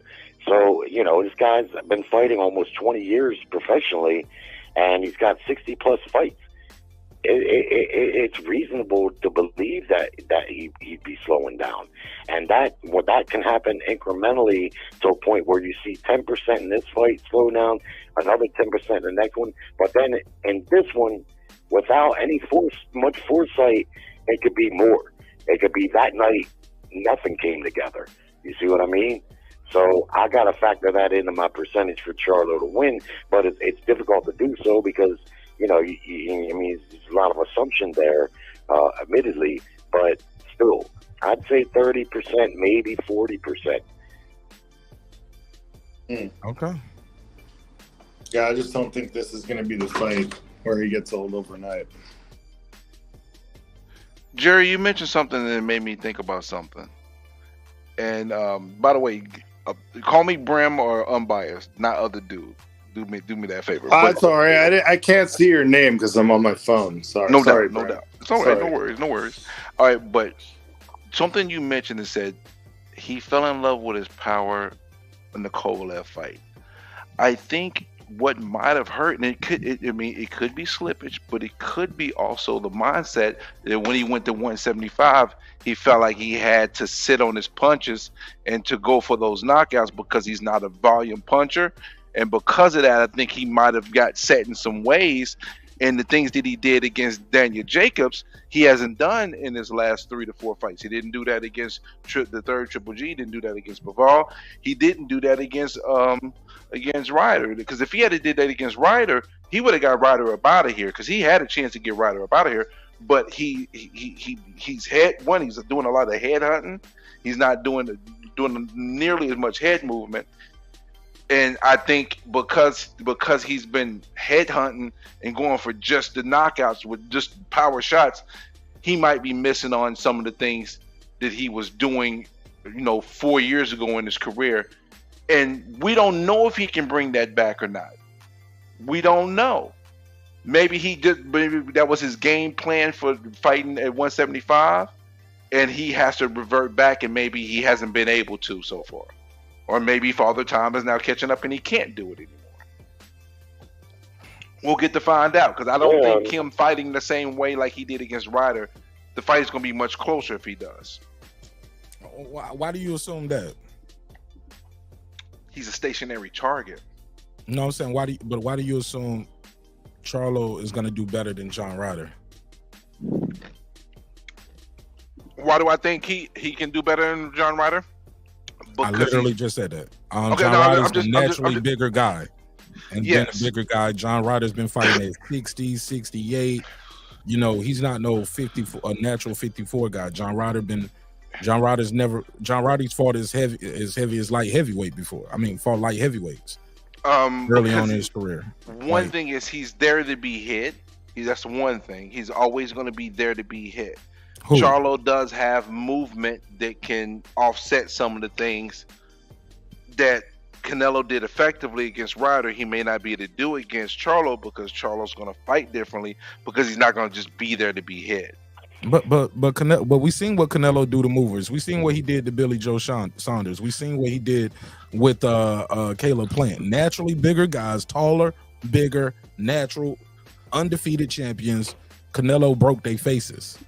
You got Canelo is not one of those guys where you're gonna just beat him moving and dancing all night. But I'm gonna be honest. I think Charlo's in a different league in comparison to Plant and Billy Saunders. Different weight class too. Like the weight classes. Yeah, different weight. But I'm just talking about the fighter itself. It's not the same fighter. I think he could beat both of those guys. My personal opinion. I think he beats both of them. He got beat by Tony Harrison. A version of them at a smaller weight. A guy who's not known to be a big puncher, got respectful power, good jab, good movement. It took him 2 fights to figure him out. These guys are 2 weight classes bigger. That same style, 2 weight classes bigger. The shit that gave you trouble. And he was in trouble that fight before he got the knockout. The movement bothers Charlo. The jab bothers him. Canelo got a jab, bro. But will Canelo have that movement? What movement? He just chased him down. He just hawked him down. Canelo don't have to have all the movement. He just walk. You burn all that energy with all that movement. Canelo just marched towards you. That's what he did with Caleb Plant. Just marched towards them, broke his body down, slowed him down enough till he broke his face. Same thing with Billy Joe Saunders. He don't have to do all that movement. All that movement gonna get you tired. Gonna get you even more tired carrying all this weight that you ain't used to carrying either. That last point is what validates it. But before the weight, if you're a well-conditioned athlete, you'll be able to do that. I'm sorry for do what Plant was unable to do, which was effectively box and still maintain his stamina. Bro, that shit ain't easy, bro. I don't care. All these dudes are top tier boxers, bro. They undefeated world champions. These dudes are elite. They in the top 1% in the world. It's still levels on their level. But that's what I'm telling you though. But these people are the top 1% in the world. No, it's not easy for nobody. Even Mayweather talks about it. He was like, look, sometimes you got to sit down on your punch in the pocket. You can't just move all night on. Even Mayweather's one of them top guys. He even know you can't just move all night. You got to be able to fight in that pocket. You got to slip. You got to make them pay. Then get your ass out the way. No, but the But point I ain't think, well, these guys just don't have no gas tank. If you was top tier, you could just move all night. Man, you ain't doing that shit all night versus Canelo. He gonna hit you, bro. You got to get close enough to hit, and he got good time and good counter punching. Like, I'm sorry, nah, bro. That shit ain't as easy as niggas say it is. well, I'm not saying it's easy, but one thing we know for a fact is Caleb Plant's gas tank starts at half full when the fight starts. Just being honest, he fades. He fades. Okay, look, that's why I said at the top 1%, there's still levels. Do you see a Terence Crawford? Do you see a Benavidez fading? No, Benavidez doesn't fade. That's the one thing that makes Benavidez give him a chance against Canelo, because he doesn't fade. He doesn't fade. Hold what you got, Jared. Final thoughts, and I'm gonna take another call. That's a lot of good points that he made there. And that's why I say conditioning going to be key for Charlo to give him whatever chance he's going to need, because, yes, Canelo, I maintain, he doesn't fight the same way he used to. He doesn't use the energy with the head movement and the power boxing that he used to do. He's loading up a lot. All right, that's fine in one sense, that pressure, even if you are highly conditioned, it's the mental pressure makes the physical fatigue come on even stronger. And that's what I think happened to Plant. I don't really believe Plant had stamina issues, but that's what it is. And that's why Mayweather makes a very good valid point when he said what you said, Mark, is that you can't just move all night. You got to sometimes stand and deliver and use other tactics maybe that Mayweather would use. Those he would hold sometimes, and you got to use other tactics so you're not relying on your legs for a full 12 rounds, because whether you're highly conditioned or not, if the other guy keeps coming, that's gonna take it out of you physically and mentally. You working real hard right there just to stay alive all day. Right. And you're gonna be losing rounds. And that's what I've seen happen to Plant. He mentally broke down. He kind of started thinking, I'm not going to be able to fight this way for the full 12 rounds, and this little fucker keeps coming, and he punches hard. And he kind of seen the writing on it. That's why he started talking to him. He tried to talk him out of that ass whipping. You know what I mean? Yeah.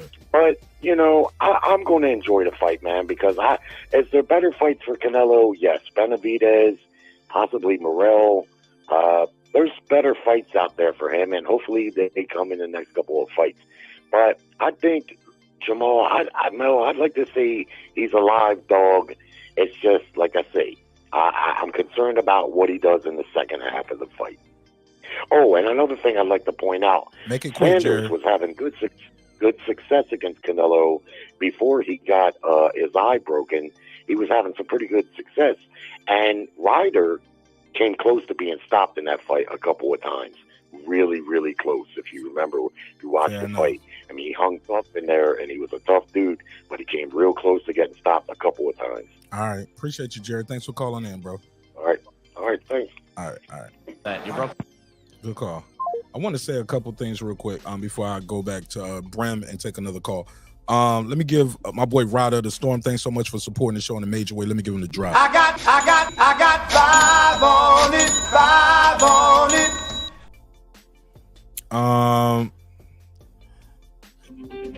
Caller 347. Caller, hold the line real quick. Ryder the Storms, turn your TV down, Bronx. Ryder the Storm said the fact that Canelo changed his training camp to the mountains for the first time in 5 years tells me that he will move a lot more in this fight versus Charlo. All right, appreciate it, Ryder the Storm. I got 5 on it, 5 on it. Straight cut boxing. I don't even know you, bro. So you can't say what Mark is doing. Like, attack. Hey, look, attack the argument. Call in and voice your opinion. Attack the argument. You ain't got to attack the individual. I don't even know you straight cut boxing, unless you somebody else I know. Then you just got another profile. But I don't even know you, bro. Respectfully, of course. 347. Tell them your name. Where you from? What's up? This M1 from the BX. M1 from the Bronx. Talk to me. Yeah, man. that's one of the points I was gonna make, that he's in high altitude now, and you want to see a lot of more movement from him, from Canelo. And to beat Canelo, you got to have a super educated jab, and you got to use it the whole fight. It can't be for a few rounds. If you don't have a super educated jab, you're not gonna be able to keep Canelo away from you. Canelo's too small for that, you know. And I don't see Charlo, you know, throwing so many jabs from so many different, you know what I'm saying, ways. So, you know, that's why I don't think he's gonna be able to beat Canelo. I don't have him beating Canelo. Speak up, man. You fading out, man. You getting low as hell. It's a live show and it's late at night. Give me some energy. Talk a little louder. You sound like you in the bed and shit. I said that I don't think that he can throw his jab from different angles, from so many different angles, and you got to give Canelo a lot of different looks.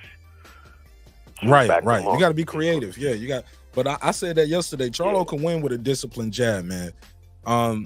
If he got some legs, he got a disciplined jab. He got a good clinch game in there. But I don't know him to be a good feinter.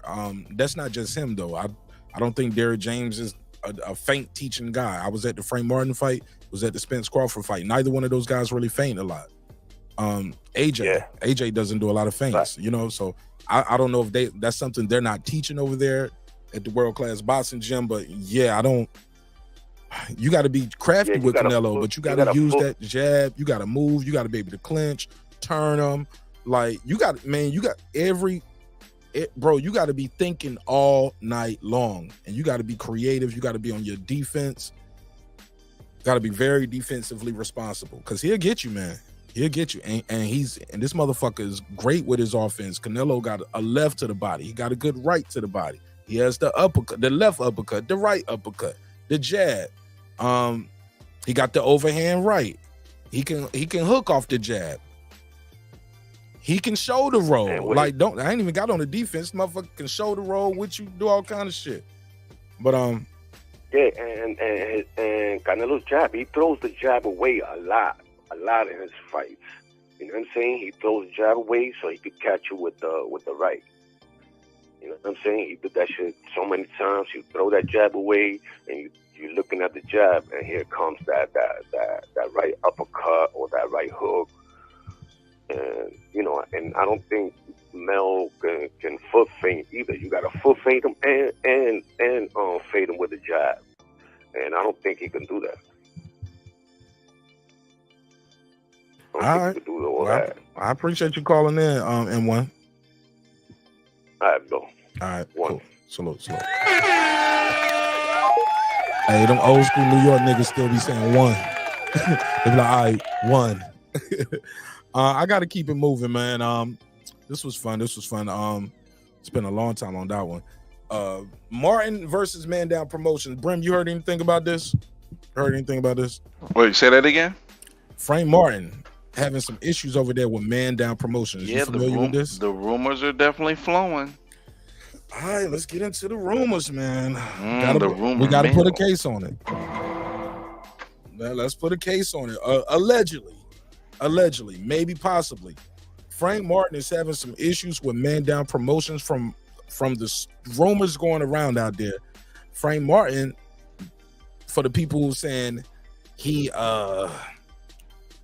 went out there, agreed to the deal, and then didn't sign the paperwork when it came to him. What we're hearing is that's not true. Frank Martin wasn't privy to those negotiations, and his team was. And when they came to him with that check, telling him, yeah, it's going to be $1 million, blah, blah, blah, whatever what the rumor was, $1 million, right? He was like, I didn't agree to that shit. I would have told him I wanted 1.5. Like, nobody, or, you know, I wanted more than that. It ain't got to be 50-50, but Frank Martin is aware, like, shit, after everybody get a cut, he knows what we know. Just because it says $1 million, you're not going to get $1 million. You're lucky if you walk out that bitch with 300,000. You know what I'm saying? After everybody get paid.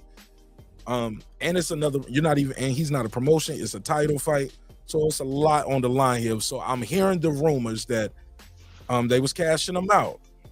They was cashing him out because allegedly he wants to leave Derrick James, go back to his old trainer. Keep in mind, put a case on it. These are the rumors. These are the rumors. We putting a case on it. Y'all can call and voice your opinion. Don't shoot the messenger. Again, attack the argument. Leave me alone. The question is, do you believe it's true? Because what we're hearing is they a package deal. You're not gonna leave Derrick James and still be on Man Down Promotion. You're not gonna leave Man Down Promotions and still have Derrick James as your coach. We are together. We are one. We are a unit. Let's put a case on it. Brent, what you think of the rumors going around? Frank Martin allegedly did not agree to that first contract. That was his team. He's also planning on fix that audio, please. Also, he's planning on leaving Man Down Promotion. Karma. I didn't make this up. Somebody else put this story out there. I promise. Please. Again, it's a rumor. It's a rumor. I can email you the video. I didn't make this up, and they got it from another person. So I just don't want to give too much credence to it like that because and do no shout outs. But I didn't make this up. So I got it from somebody else. It's a rumor. Brim, you heard these rumors, right? Yeah, they're starting to spread like a wildfire, actually. It's a few people that came out with it now. Because look, Carmen said, I just made this up. I didn't just make this up. This shit was going on. No. People talking about it. All right, go ahead, Brim. What's your take on the put a case on it? I can't hold it into any high regard at the moment, but there is the rumblings is enough for me to pay attention to it to see what transpires, because some of the dynamics about this is Derrick James' stable is very, very busy. And then you think about it, a November 16th fight, how you going to train him and get him ready for a November 16th fight when he got a September 30th fight with Charlo, then he got a Spence rematch, and then I'm hearing that Anthony Joshua, regardless if he fights Wilder this year or not, he's trying to fight again in December. He's spread too thin. So knowing that he's spread too thin is one aspect where you can look at it and say, okay, that is some validity behind it. And then the whole ordeal about the deal saying that, he never turned down no 1 million. He and all the back and forth in regards to him and Shakur, I don't want to say this, but it gives me a little bit of the Ortiz situation with Joshua. It gives me that vibe, even though Ortiz never even knew of the offer out there was rejected. So it's not the same, but it's giving me that vibe a little bit. But we don't know till we know. I mean, that's an opportunity that's gone down the wayside for Frank Martin, which, he's almost 30. I think it would have been a great opportunity, win, lose, or draw for him. But this is why I say sometimes as a fighter, you got to stand up for your own career if it's something that you really want. And unfortunately, he didn't get the fight, and now De Los Santos has a chance. And that fight is equally as good because De Los Santos is not a game. He ain't no punk. It's not a walk in the park. That's going to be a good fight. It's going to be a good fight because that boy got power. Yeah, man, he got more than power, man. He got skills, too, man. That motherfucker can fight, bro. Yeah, he can fight. And he coming to fight. And he coming to win, too. It ain't no he just ended to be there. But but to stay on topic with this rumor going on, without getting too far and talking about the Shakur and De Santos fight, because we still got a ways for that. Yeah. This news right here with Martin and Man Down Promotions. Do you think he's trying to leave Derrick James? Or he's trying, or you think he can he just leave? I don't even think he can. Can he just leave like that? You can leave a trainer. You can leave. No, a I'm trainer. talking about the promotional company, Man Down. Is it? I just don't see Errol, Spence, TGB, Showtime putting all that money into Frank Martin because they have invested in him. To just let him go or drop him? Like I wouldn't do that. I mean, what's his contract? What's his agreement with him? We don't know what that is. That could very, very, very possibly play a role in the circumstances that is going on now. Maybe his deal with them is coming closer to an end. Maybe it's not. We don't know. So it's a lot of what ifs. but it's definitely looking a little fishy. It's definitely looking a little fishy. But Now until this will make more sense too when he say I didn't duck shit. You know what I'm saying? Like this will make more sense. Like if these rumors are true, you know what I'm saying? And I hope they not, because I think they got a good thing going over there. He's been very successful, in my opinion. You know, with those guys, I think they've been doing right by him. He got that. We need to see more of him. We need to see more of him. But also, Frank Martin should be more vocal on like these other guys, man. I wish he was more vocal out there, speaking more. You know what I'm saying? Even like he don't do the Twitter fingers like these other fighters. But it's important though. You got to be out there active.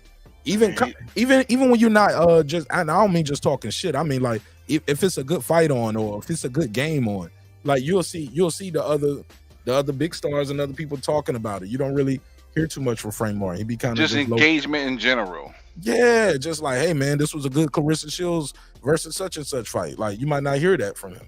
Yeah, you're not asking him to be out of character because that doesn't seem like his character. But you just want him to be... Okay, you was watching the LeBron. Oh, that was a crazy 360 dunk. Like just tweet something, nigga. You know what I'm saying? Type something, and then put hashtag the GOATs. Like we need to hear from you more. Build your base. I was saying the other night, man, I like Frank Martin. A lot of people don't even know where he's from. People don't even know where he's from. People think from the D. Right. He was born there, but he's from he raised in Indianapolis. That's where he at, Indiana. And people just might assume he's a Texas guy sometimes because of who he rolled with. But I think he's super dope, man. I think he's super talented. And seeing him fight in person really gave me a different respect for him. And just like even his character, like that day he stayed after that fight, after the weigh-in for I don't know how long. After I remember he said very early on, I was like, man, I gotta go get something to eat and rehydrate, y'all. But man, I looked up, it's about an hour later, bro. He's still in there doing interviews, sitting down doing interviews, and I'm looking at his face like, bro, this nigga need to go rehydrate, bro. Down to earth. You know what I'm saying? But he was soaking in the moment. He was answering every question, very clear, concise. He didn't run from no question. He was just so chill. I was like, I like Frank Martin. So, but I can't protect him though. You know what I'm saying? That ain't my job. I like him. You know I what I'm like saying? Frank Martin too. But I like the fact Frank of the Martin, matter is, it looked like a duck. It looked bad. Yeah, it looked bad. He looking bad out here. But what he's talking about is I didn't duck. Shakur then replies with, no, he said, nor did I ask for 50. Shakur was like, I got some DMs. Shakur didn't drop the DMs though because because the way he dropped that recorded video a couple weeks ago, like it was like, damn, you dropped the recorded video and then you leaking DMs, like that's a little snaky. Yeah, he did Shakur instead of the shark. Yeah, they're gonna start to call him Shakur the snake. You know what I'm saying? They're like, nigga, you ain't no shark, you a snake, nigga. I ain't sending you nothing. I gotta talk to you in person and check you for wires. Yeah, cause you slithering out here in these streets. Right. That's how people would look at it. But because they judged him before because they didn't like the sneaking recording shit and leaking it. But y'all saying I'm lying. I'm telling y'all the truth. This man lying. I got the info. I got the DMs. You know, at this point he don't screenshot them. Save that. Yeah, he got that shit locked and loaded. You know what? Now when I look at Shakur, I'm gonna be thinking the New Jersey Drive. New Jersey Drive. He up here grimy out here in these streets, huh? Man, I think he's protecting his name though. He keeping receipts on niggas. Like he kept. I don't look at him as no snake. I like Shakur Stevenson, man. I like that. That's the thing. I like all of them dudes, except T.O. I ain't a big fan of T.O. no more. I'm not a fan of T.O., but boy, I respect his skills though. I respect his skills. His skills is real. I respect this position, and I respect his craft. Yeah, so it is what it is. But as far as but Haney, Shakur, Frank Martin, Ryan Garcia, I like all of them dudes, man. Not a fan of Ryan Garcia. Yeah, I like all of them. I like the personality. I like the character. He be doing too much. He be doing too much capping, and it's almost like Ryan reminds me of like a guy like if this was hip hop, right? He's like a rapper that like he ain't about to kill the verse, but he got a dope ass hook. You know what I'm saying? He gonna put him on the song for the hook, but he ain't gonna have the best verse. on But the record. problem is not. But the thing is, though, his albums do. That's the problem. His albums do, bro. You can't just get by with just hooks. You gotta drop whole verses. There we go. Well, how about this? He sells. How about that? Matter of fact, okay, this gonna be bad. Ain't nobody gonna like this analogy, but I got a feeling now where you fuck it. Here we go. Here we go. I'm about to go there. Fuck it. Here we go. If this was music, Ron Garcia would kind of be like Nelly. No. Nelly has staying power. Hear me out. I'm sorry. On a song with like Nas, Jay-Z, Jada. You get what I'm saying? Big Pun. And then we got Nelly right here. Nelly ain't about to do nothing on this song with these dudes. You get what I'm saying? But he's gonna be catchy. He's entertaining, and the girls like him. You get what I'm saying? That's Ron Garcia. I hear your analogy, but you're a little bit off. You want to know why? You should have went one step down. He's more like Chingy. Nah, he's yes, because Chingy sold a lot for one record. He's like Chingy. We'll see how long you last around. Yeah, you know what? You might be right around there. That might be it, man. Fuck. Chingy had a spark too. Chingy had a spark when he started.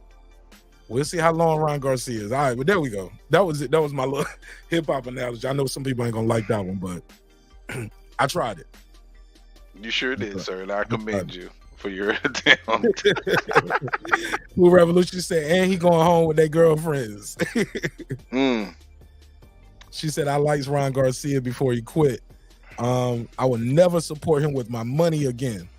With Foodie, I'm gonna buy one of them his next fight if it's on pay-per-view. You can watch it with me for free. Look at that, good brother right there. She's a member to the neighborhood. You know, I got you, Foodie. We gonna still support him. We support all these dudes. I love these dudes' skills, man, and what they doing out here. This shit ain't easy, man. It's easy for the computer, the laptop, and the phone. Ty, pull back up. Ty, you got kicked off earlier. I was trying to bring you on. I saw you sitting in the whip, and then you just dropped off. The phone call went a little long. My bad. I'm sorry. This beatings I took in sparring at the young, ripe age of 20. It's definitely not. It's not easy. Right. And most of these dudes been doing this shit since they were 7 years old, man. Like if we was like, just like when you watch basketball and these dudes and these football dudes, they've been playing basketball and football since they were 7 to 8 years old. Most of these guys, the boxing is the same way. You get what I'm saying? This is what they do, man. They are built different. What they do. They built different mentally, man. It's like it's very. That's why it's rare when you see guys start boxing at 16, 17. You know what I'm saying? Grown men learning all about like, and they usually don't fare that well. It's very rare. It's for every George Foreman and Deontay Wilder, it's a nigga that's somewhere brain dead somewhere. You know what I'm saying? Talking to you slow at the warehouse, and you don't know why he talks slow. They're like, yeah, he tried to be a boxer for a little bit. Yeah, he fucked up now. That nigga on the forklift. Come on, man. Everybody cleared the lane when that nigga driving that day. Like, nigga, George on 8. Go to 9.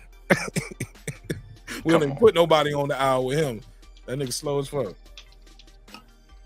Don't got his ass beat up trying to start boxing late in his career. Because boxing, man, this shit is not easy, man. This is not easy. But hopefully this shit ain't true with the Frank Martin. What's up, Ty? Hopefully this shit ain't true though, isn't true. Well, how about this? Instead of saying hope it ain't true, I hope whatever decision Frank benefits his career to the highest extent. Absolutely. Whatever happens. Yeah. But how does something like this leak though?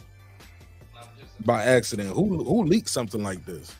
I mean, all you gotta do is talk to your people. You can talk to a couple people that's close to you. Tell them how upset you are, and then somebody ask a question, and to that same person say, "Yeah, he ain't too happy about what's going on right now." And then you know just how a message gets passed. If you take one message and I say to you, by the time you get to the 100th person, it's almost a different story. It can be simple as that. He could have simply just been a little upset, but because one person heard it, by the time they got to the 99th person, it might be now he want to leave, and that might not even be the case. You know, we don't know. But it's a good question to ask, though, considering what he has said, what transpired, the magnitude of the fight that was online for him. So it's a legitimate question to have, but we don't have the answer, Sway. You know? Yeah, man. Yeah, man. This, like you said, though, at the end of the day, I hope it all works out for him. But in the meantime, in between time, we do have Shakur fighting Dos Santos, man. That's gonna be a good fight, man. How you see that going? People he was gonna stop Frank Martin. It's going to be some early fireworks. I think Shakur will be the first time we see him get hit with a punch that we we can physically see that. Oh man, he got hit with a good shot. Like he got hit with a great shot against Valdez, but he played it off so good we didn't know that body shot he got hit with tore him up. He's gonna get hit with a good shot, but the thing is though, it's gonna take more than one or two good shots, and I just think over the course of a 12-round fight, he just doesn't make that many mistakes for another fighter to take advantage of, and you got to have a next level skill set. And I don't know if De Los Santos has that. He does have a very good skill set. He's a talented fighter, but does he have that next level? Is he on that level? We're gonna get to find out. I don't think he's quite. That's spicy. But I think the pressure and all the things that he does can be used against him as well.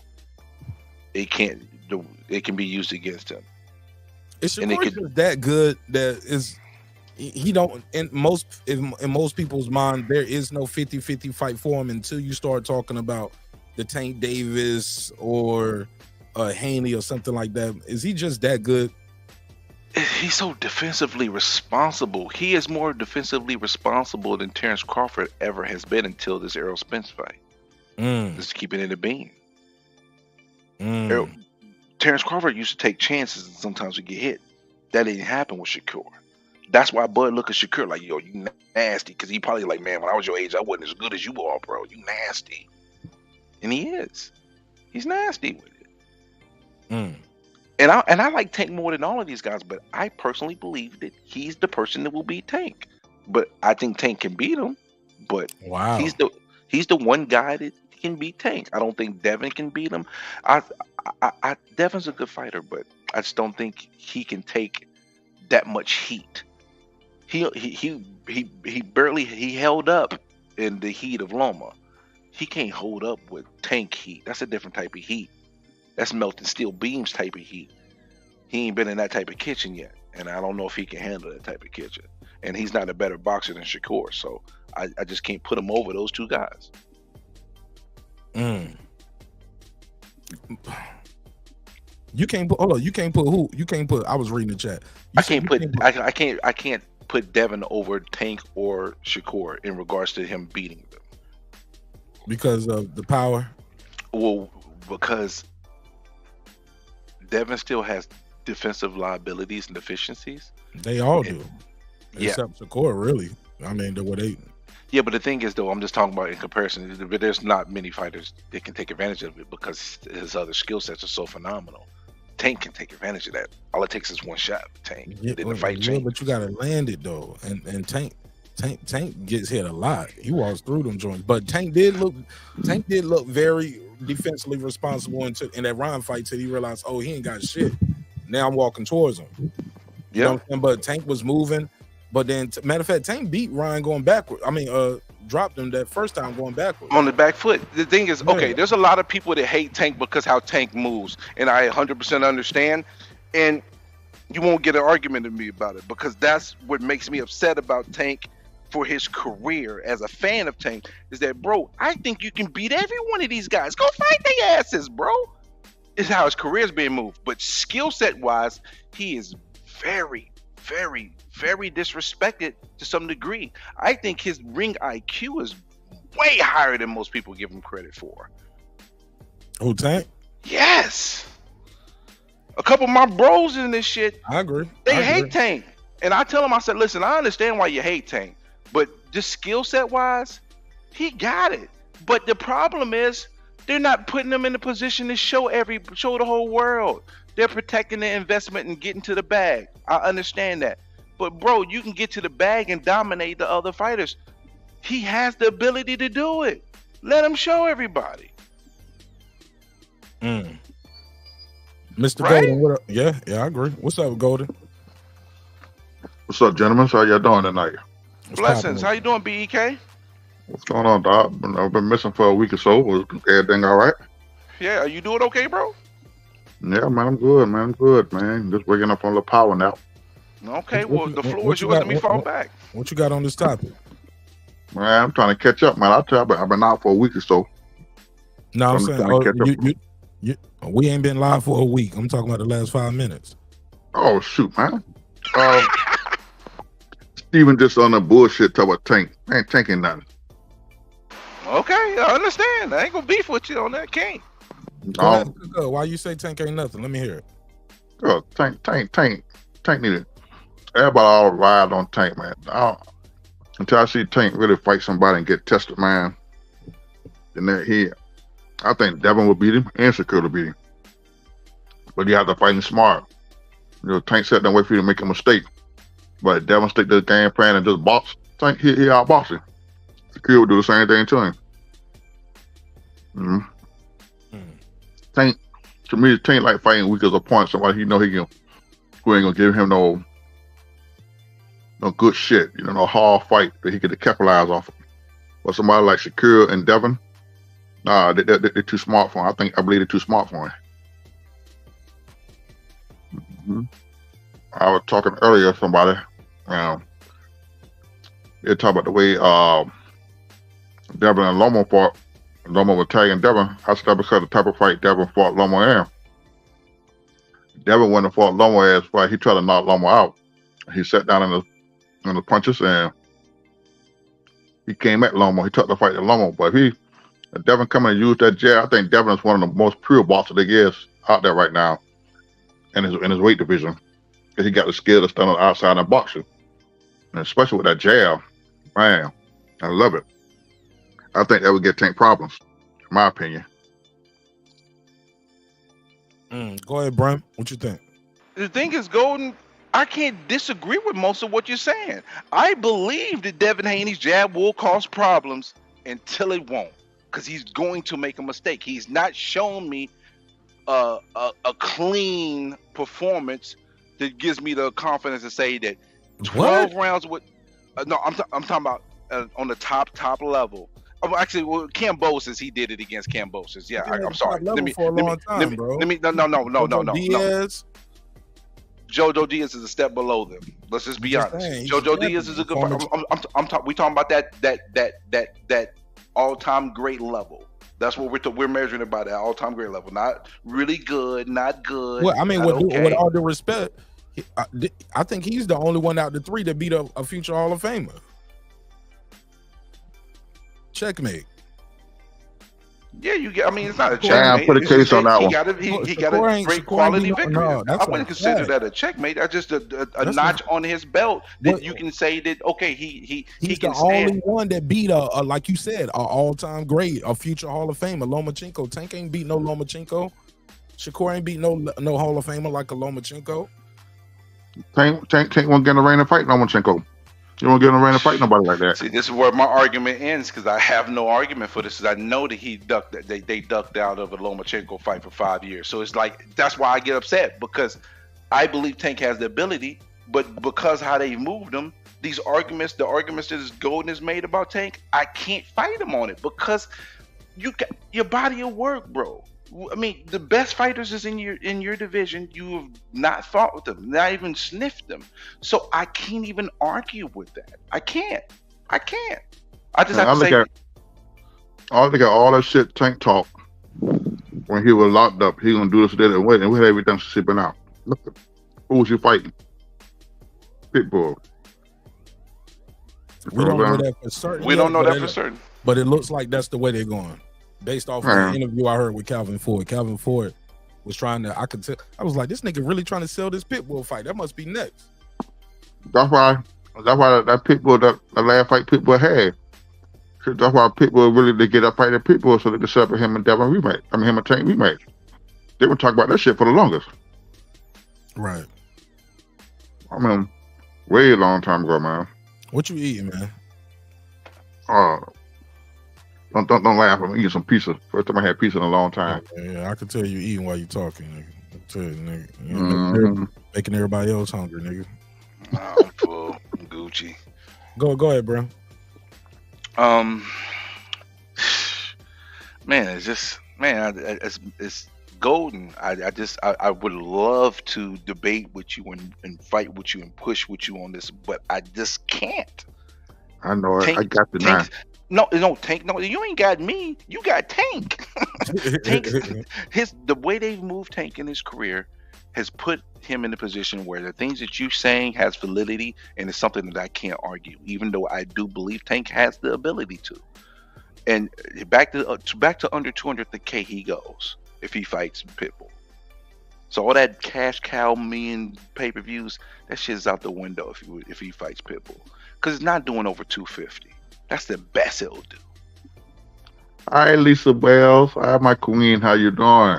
The queen of boxing, Lisa Bells. Well, what you think about what he just said, Gold? Repeat that, Steven.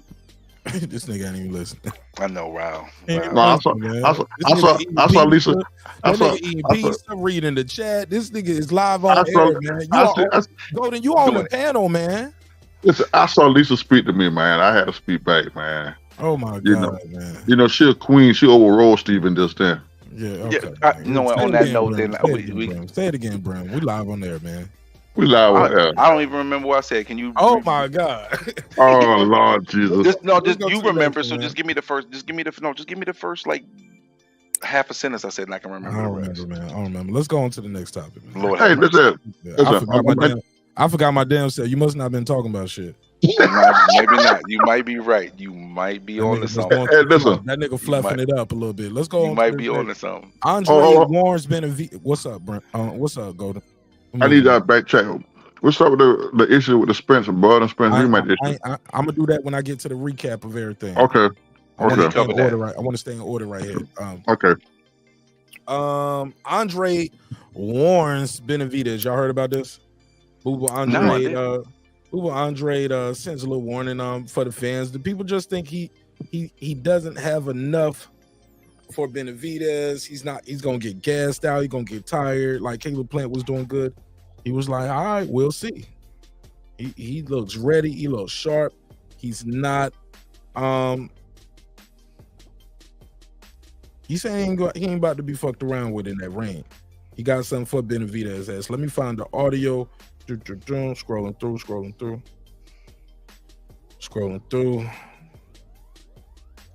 All right, let me find this part. Let's hear it. Here we go. That's it. Changing their life. So say they want to say if that's how you rewind a little bit. And because when the workout video got posted, you know, a lot of people was just like, "Wait, who cut the hair? Oh, he's not playing around." So he basically said, "I cut the hair. I don't want to worry about nothing. I don't want to worry about getting my hair braided. And then I want to be."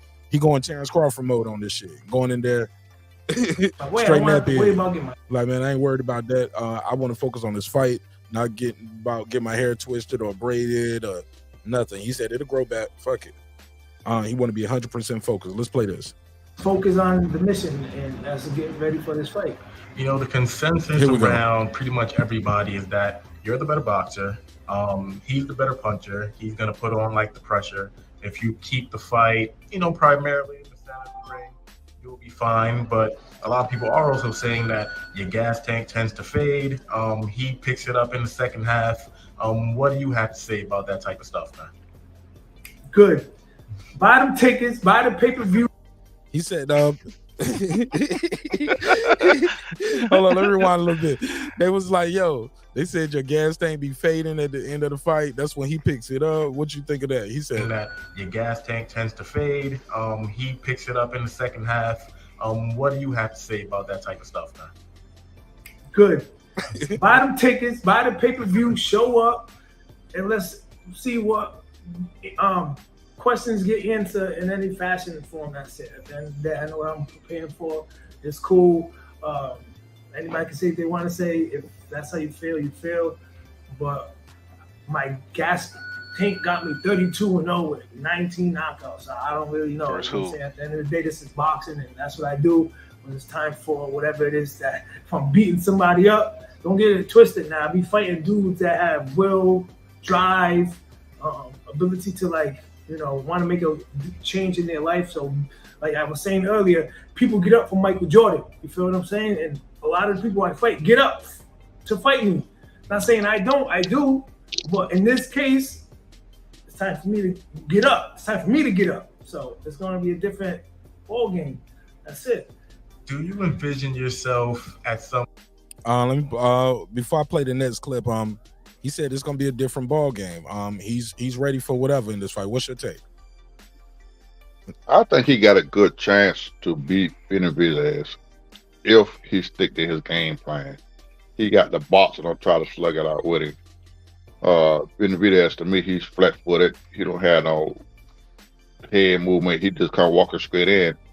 And if Andre stick to the angles and stuff like that, he could beat him. But he got, at the end of the day, he got, make sure he got the perfect stamina on that thing, man. If not, he gonna get his ass tore up. That's what I'm looking at. Go ahead, Brim. What's your take? Well, I've been very, very, very hard on Boo Boo. Pause, nigga. Damn. Damn. What the hell? Black men. I have What been. the hell is going on? All right, let me reword this so it won't sound Difficult. so fruit. Difficult. I've been Critical. very critical and harsh towards Boo Boo Android, right? This is his opportunity. This is his Eminem moment. This is his actual chance. Is he gonna go out there and perform? I think he's going to go out there and perform. Will it be enough? I don't think it will. Can he win? Absolutely. This is a fight I wouldn't put money on. How about that? That's how I feel about the fight. I wouldn't put money on it. But if I was forced to with a gun in my head, I'd put my money on Benavidez in the late rounds. Because the same thing that helps the same thing that helps Boo Boo is going to hurt him as well. He's very awkward. That is going to serve him well early in the fight. But I think his awkwardness is going to possibly curb his ability to land some of the effective shots. Because he has had some footwork issues that I've seen in some of his fights. But the thing is, Benavidez is not the guy to take advantage of it outside of his pressure and his consistent engine. And does Boo Boo have enough thump to get him off of him? If he does, then we got to fight. If he don't, he gonna get walked down. All right, let me play this next clip. Point, because you could just stay on the outside and box him, but at some point he's gonna keep coming. Do you just see yourself just kind of just planting your feet, just trading with him, showing him that you got that power to really hurt him, man? At the end of the day, every fight I sit there and do that. Every fight I box. Every fight I show I got pop too. We can do what it do. But yeah, David is from the looks of it. Yeah, he's strong. Yeah, he's big. But strong and big is the only thing you can say. Cool, you can say I'm athletic, ability, I'm smart, I got speed. My power is developing for the 68 class. I'm putting on the proper weight, proper value. You're 35 years old. So let him talk, bro. Hold on. I can match it at the end of the day. I got speed. My power is developing for the 68 class. I'm putting on the proper weight, proper value. So I can match it. At the end of the day, he's not like no one-punch knockout artist. You know what I'm saying? He does put his punches together. And I'm happy for David Benavidez from him working as hard as he has to be able to be in this position, because boxing is not easy, And at the end of the day, good. And now we can make a great fight.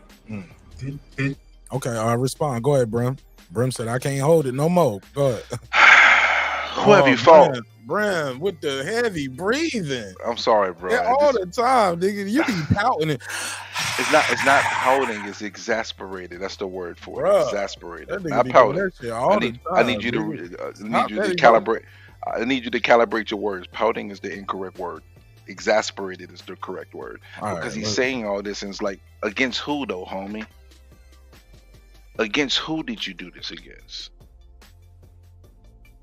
When he said some of the things he said, I'm thinking to myself like, bro, you're 98% of boxing fans can't name your top three victories. Well, I look at this at him. He might can't name, but at the end of the day, he was in the same situation Crawford was saying because it was hard for him to get into fights. Nobody wanted to fight him. That would be that to me. When you say that, Golden, that ticks me off a little bit because guess what? Guess what Crawford did? Still, but regardless of what. No, don't say regardless of what because we don't have a history of Crawford ducking out on a particular fight. He has a history. He's more known for who he hasn't fought than who he has fought. Some people said Crawford ducked Pacquiao, and there's some people that say he ducked Spence the first time. I mean, come on, I don't agree with that. He got no damn Pacquiao. But Bob Aaron saved Pacquiao. But with Boo Boo, people will say, so if you a Boo Boo detractor, you'll say people ducked him. Yep. They'll say Triple G ducked him. They'll say Canelo ducked him twice at 54 and 60. The thing is, I do believe Triple G ducked him. I'm just gonna keep it a bean. But my point is, so those are big fights, man, and it's not his fault. He's in those divisions that don't have a lot of big names. Not a lot of big names at 60, bro. I don't want to do. Charlo's froze him out. I got that video. Yeah, you know what I did? We black card Boo Boo Andre. You can't get no money in this boxing shit, nigga. Remember that? Told my brother he can't fight Boo Boo, and that's what happened. So, all of that, who you fought? I mean, you don't. At the end of the day, you don't fight the resume. You fight the man in front of you. Yeah, well, how about the Parker or Yanni back? That was a man that could have been in front of him that he didn't fight. Oh my God, bro, you reaching though? How am I reaching? Because 98% of boxing fans don't know who he is. But the thing is, those fights would have put him in the position. But those fights would have put him in the position that he needed to be in. Your original point was against who? And motherfuckers don't know who that guy is neither, bro. Or who he fought to even get in position. Like, I'm just saying, people don't know him. You know people don't know him. So that's the excuse we're gonna give for him. No, that's the thing. No, that's what you said, sir. I'm attacking your argument. Yeah, but you can't. I'm not gonna let you get away with using that as your core. Sir, that's what you mean as my core. That's your argument. You said no. That's not my only part of that. Okay, well, that was your first argument. That's you even part of the interview to say against who? Okay, against who? That guy that you just said he should fight. People don't know him neither, bro. But knowing somebody division.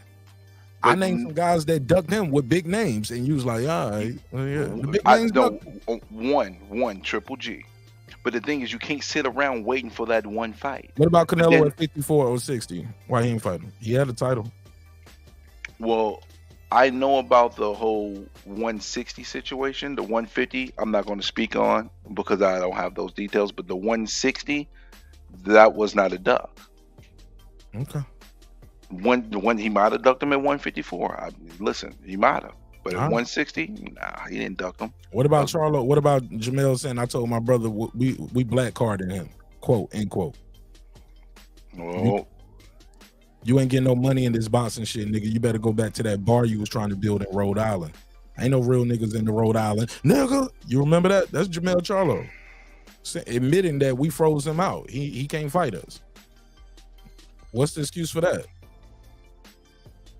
Because the biggest names are those names. The Charlo, the Canelo, the Triple G. They all went another route instead of Boo Boo Andre. And the same thing that's happening. Go ahead. Because that shit be like nails on the chalkboard for me. Boo Boo had an opportunity to be in position to have the fight the Ryder got. That was Boo Boo's slide. So I can try to be fair and understand some of some of the plight that Boo Boo went through, but there's no way on God's green earth I'm gonna look at the situation and say Boo Boo has no fault in his own career and the direction that it went at 35 going on 36 years old. Can I challenge that argument as well? Yeah, please. Who did he fight instead? No one until he got to Nicholson. Who did he fight instead? Desmond Nicholson. On what network? Was that on the same network, or did he leave that network and that in that situation over there? He left the network. Okay. And the reason why I say that is because that's key too. You can't call, because what comes with that contract, and obviously turns out he was right by leaving that, because the next fight he wouldn't have got the Canelo fight anyway. Canelo was fighting John Ryder. No, John Ryder got his spot, bro. No.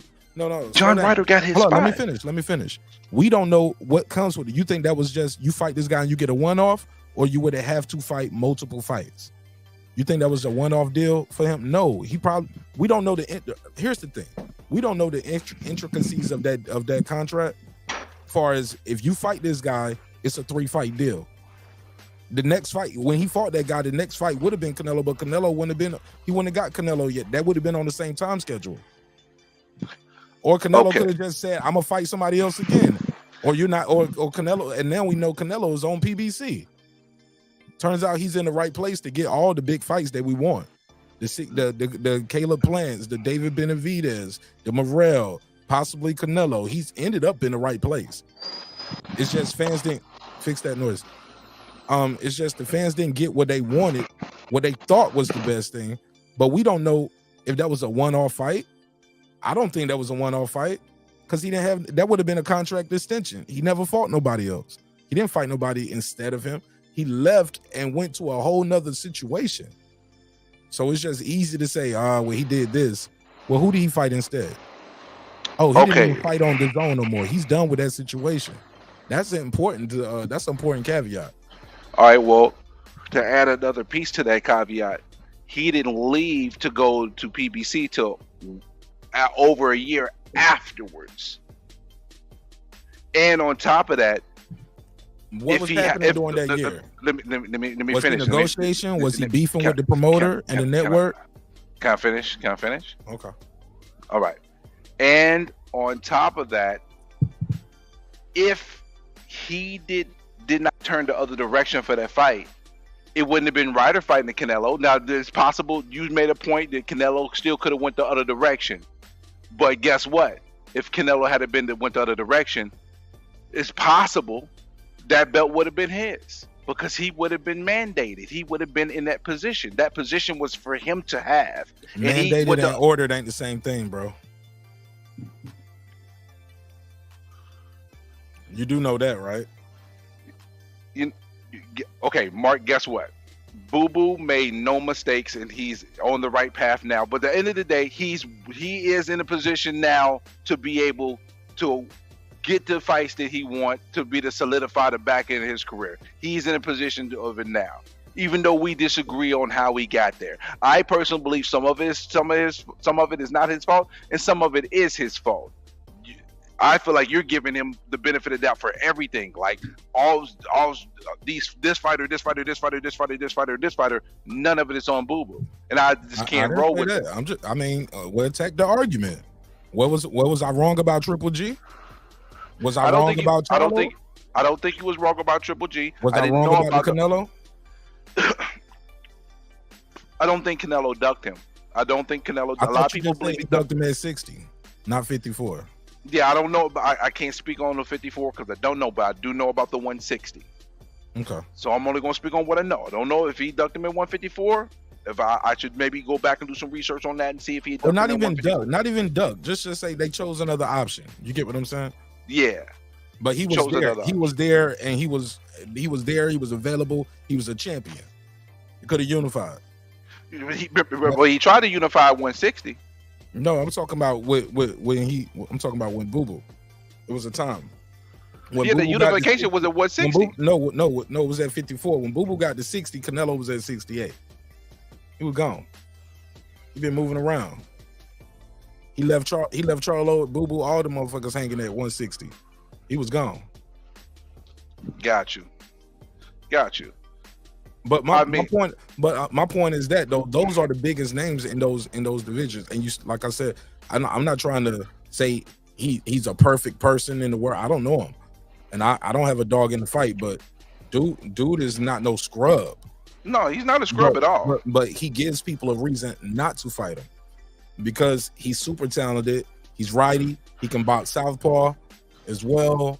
He's crafty as hell in the ring. He got power. He has good movement. He's difficult, man. He's a difficult opponent. But the narrative that he's trash and he ducks everybody, or he's known more for the guys he ducked. Name all these guys he ducked, because people don't even know these guys that you're saying he ducked. The big names are the guys. The big names are the ones that chose not to fight him. But those fights were the fights that would have got him to the big names. No matter what, if he had had those fights, even if he didn't get Canelo, he would have gotten the bigger fight. We don't know that because he was leaving the promotional company and leaving that network. We don't know that. He still would have been in position, though. He was still in position. No, he would have been in position. Because and what we know now is Canelo left him, so he wouldn't have been in no position. He would still be on the wrong side of the street. No, if he fought that one fight, he wouldn't necessarily been on the wrong side of the street. That's revisionist history. That's revisionist history. No, knowing what we know now, Canelo left.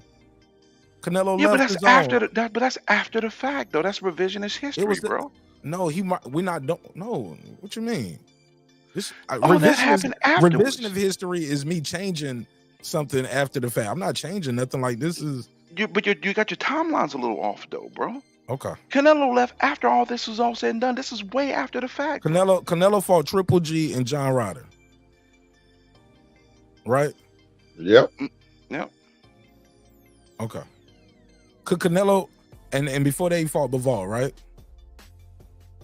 Yep. Yep. Was Boo Boo ever in talks for Canelo? Has Canelo already don't told him, I'll never fight you, you're a horrible fighter? Has that happened? Did that happen before too? Or is that revisionist history? Could that happen before? He wasn't getting a Canelo fight, bro. He know he won't get no Canelo fight. Canelo told him and his daddy to his face, you're a horrible fighter. I'll never fight you. You won't pay day. Y'all remember this shit, right? Yeah, everybody. This happened, bro. So Boo Boo is sitting over there on the zone. All the other fighters, the big name fighters, on the other side of the street. So you saying he should have just re-signed with the zone, and he would have still got the big fights? What big fights? Who said him? You said he would have got the big fights. It would have put him in position. It didn't require him to stay at the zone. It just all he had to do was fight the fight that would have put him in a position for the belt, regardless of what promotional company he was with. But if he fought that fight that put him in position for the belt, how would he even get the who? Do you realize he would have had to resign? You do understand he got to resign somewhere, right?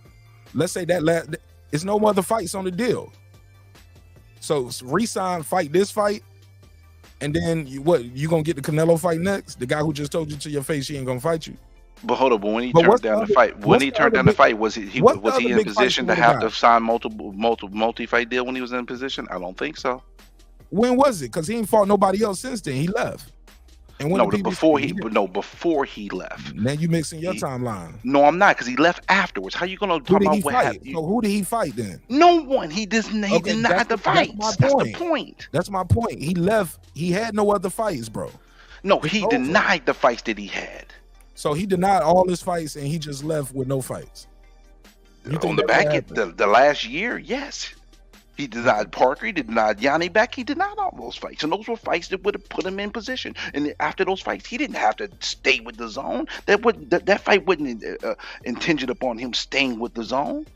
Because they wouldn't even win. How do you know that? You just made that up. I made that up. You don't know. You don't know. You don't know that. And you don't know that either. I know enough about boxing and the business about, so we ain't about to give you no big fight and just do a one-off and you go about your own day. Oh, but you just hold. But how's it a big fight when you just said nobody knows who Yanni Beck and Parker is? Hold on, which one is it then, bro? No, you said it's a big fight. I'm going with what you said. No. It's a stepping stone to his big fight because it would have put him in position. So I put you in position for a big fight and you can go your own way, or I put you in a position for a big fight and you got to it's a 2 or 3 fight deal at minimum. I'm asking you. Yeah, Steven. Answer the question, Steven. We don't know. Okay. We don't know. Well, okay. Well, historically, do promoters and networks do that? Historically, is that what they're in the business of doing? Well, why was the fight on the table in the first I'm place? asking you, historically, is that what they do? Most of the time, no. Thank you, Steven. That's all I'm saying, bro. But was the fight on the table? What fight? The Canelo fight? No. No.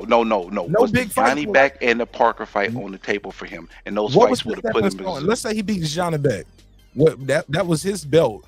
That's a title defense. Nobody even knew who Johnny Beck was. People know Johnny Beck because Boo Boo dropped the belt and moved up to another division. People didn't even know who Johnny Beck was, and then he didn't even look good in his last fight neither. And then when he went up, and then his last fight, he was like, "That's the guy y'all said was ducking Boo Boo." And then he goes up, and then he doesn't fight Parker, which now who fights Parker and who gets that position? Ryder. If he didn't take, if Ryder would have never been in that position if Boo Boo didn't go the other direction. You think he just? Okay. That's a fact. If Boo Boo did not deny that fight, Ryder wouldn't have been in that position. That's a fact. And would Boo Boo got the fight? Maybe not. But he would have been in position. But he would have been in position. Would he have had to resign though? We don't know that or not. Okay. All right. Don't know that. We do know Canelo said, "I'll never fight you. You're a horrible fighter. Get the fuck out of here. You won't pay that." We do know that happened, right? We do. So if Canelo don't told you to your face you ain't gonna get the fight, who's the next best people you should be fighting? David Benavidez, Caleb Plant, those PBC guys, right? The Andre Durrells of the world. You need to be over there. That's where all the names at. Okay, but he still could have got that other fight in and then did that. All right, fair enough. Fair enough. Being inactive didn't do him any favors. He didn't fight nobody. So all I'm saying is it's not like he turned that fight down to fight somebody else, which leads me to believe it was some contract issues going on because he ended up leaving. It's not like, okay, well, you don't fight him, we'll fight somebody else then. Or we just let you leave with no fight on your contract. I don't believe that's what happened, but I'm going to try to interview Boo Boo. He's somebody I would love to ask a lot of questions to. All right. Indeed. All right. Well, shit, that's it on this one. Let me do the recap real quick. Anybody got anything on any of the topics we talked about tonight? I think Golden said he wants to know what was up with the Bud Spence rematch issues. Apparently, the going up in the weight, and what they're saying is Bud might want more money for the fight. Okay. What's the problem with that? Well, I guess the rematch shit was already from what I was, the way Mike Coppinger just explained it, and I might be wording this wrong, but it was part of the splits might be already set for what the split's gonna be for the rematch. But the caveat is this weight going up. So Bud might be in position to say, look, you want this rematch at 154? I might want a little bit more money. Okay. Because the winner gets to decide. Or Spence, you could do your rematch, but we're gonna fight again at 147. Mm-hmm. Sound like negotiation to me. So that means position of power. That means he get to bust Spence ass for more money. If Spence won that rematch, he might have to either give up a bigger percentage or I don't know, or a straight flat fee like shit. Give me extra $2 million then off the top. Give me $2 million, a flat fee of $2 million out your purse, or I might get a bigger percentage, 60-40. Take this 70-30, 80-20, whatever I give you. Yeah. Like whatever I give you. What you think of that though? People Why you saying Crawford is feeling himself. Some people saying like, yo, this is being unfair. You turn it down to Garcia and the Thurman fight. Now it seems like you pricing yourself out the Spence fight. What say you? No, he's not. He's not pricing himself out the Spence fight because you got to look at the way they treated him. That's my whole thing on this take here. Look how they treated Bud. You feel what I'm saying? And a lot of jokers will talk about, well, he doing the same thing Errol did this and the same thing Errol did that. Nah. I mean, he giving them the same treatment for us. Come on, man, get that man his due. See, they hate that Bud is in the driver's seat. You feel me?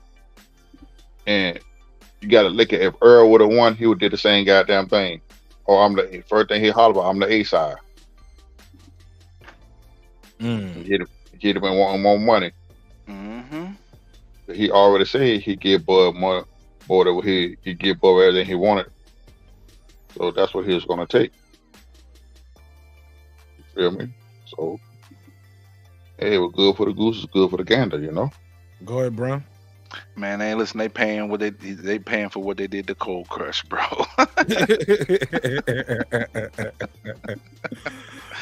Overcharged the nigga for what they did to the Cold Crush. That's a fact. That's funny too. Yup, that's what it is. Go ahead. Oh no, man. I mean, at the end of the day, man. Listen, he's in a position of power. You want to fight? We can fight at 147. I have the right to make that decision. Oh, you want at 154? You gotta toss me another M or two. That is what it is. Or as the fight's at 147. Now you gonna have to turn the fight down. Now what? Position of power. I have no feelings either way because that's their business, and he has the right to do that, to be in the position that he's in right now. So, shrugs. Spence. I love every bit of it.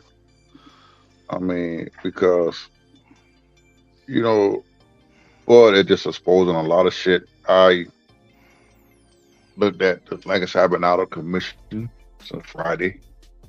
So I really lost track of everything about reading that thing with Keith Thurman and all them there. Come on, man. Y'all need to come on that bullshit. Let's be for real. Keith Thurman's gum stay yapping. He do more talking than fighting. He's a championship talker. That's it. Keith Thurman gonna make his money being an analyzer. I'm surprised nobody didn't give him a job. He might as well go ahead and retire. Because he's not gonna fight nobody else. He been out the ring now since February of last year. Yep, and before that was 2019. So this man had fought 3 times in 7 years almost. So he's not gonna fight nobody else. It was supposed to be him in the ring versus Ugas. Yeah, what happened with that fight? Please tell me what happened with that. Ugas is fighting Burials. The end. Hold on. What the fuck? What the hell? Man, I've been gone the whole week. The Ugas fighting Burials now. Martin and Shaquille fight is off. Man, what the hell going on now? The lovely shenanigans, man. I mean, based on the history, it looks like Thurman probably asked for more than what the fight was worth fighting Ugas. We don't know that for a fact, but I mean, they've been talking about that was going to be the fight for how long? And Ugas also made a statement, hey, I thought it was going to be Thurman. I don't know what happened. I saw the statement that Ugas made. We know what happened. Thurman wanted $5 million to fight Ugas. It's something probably crazy like that. So we can't do that, bro. And now he's still on the shelf collecting dust. I mean, that's just how it is. We start out with some good fights every, the year, but now like everything just going to pieces now. I wouldn't say everything going to pieces, but it's enough nonsense. I mean, the person that started the nonsense this year was Tyson Fury, but don't get me started on that. Retired. Oh, man, I don't even acknowledge him. He's a retired fighter right now. He's Mayweather versus McGregor at this point. And the thing about it, they allow him to do it wherever he want to do. Yeah, you're right. And it's ridiculous. And they allow him to do whatever the hell he want to do. Well, WBC tends to do that, very heavily. They let Canelo do what he wants. That's why I don't be sitting here caping for Canelo all the time. Like Canelo ain't perfect, but this right here is extra. How you gonna let him fight? You had a chance to fight undisputed, and you got him fighting somebody that's never fought a fight in boxing ever. And then he clearly states, "I don't even want to fight Usyk." He don't want to fight Usyk because he can't deal with small men. Small men gives him the business. But I gotta give it to him. I think he would beat Usyk though. I mean, I think it's a tall task for Usyk to beat him, but the thing is, does Fury even have feet left? Fury used to have some pretty good feet. I don't think he has any feet left. He don't got he don't have any movement anymore.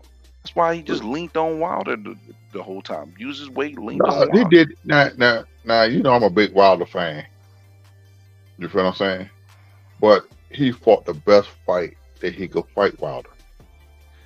You feel what I'm saying? He used his size and length on him. After that first fight, and Wilder did him the way he did it. You feel what I'm saying?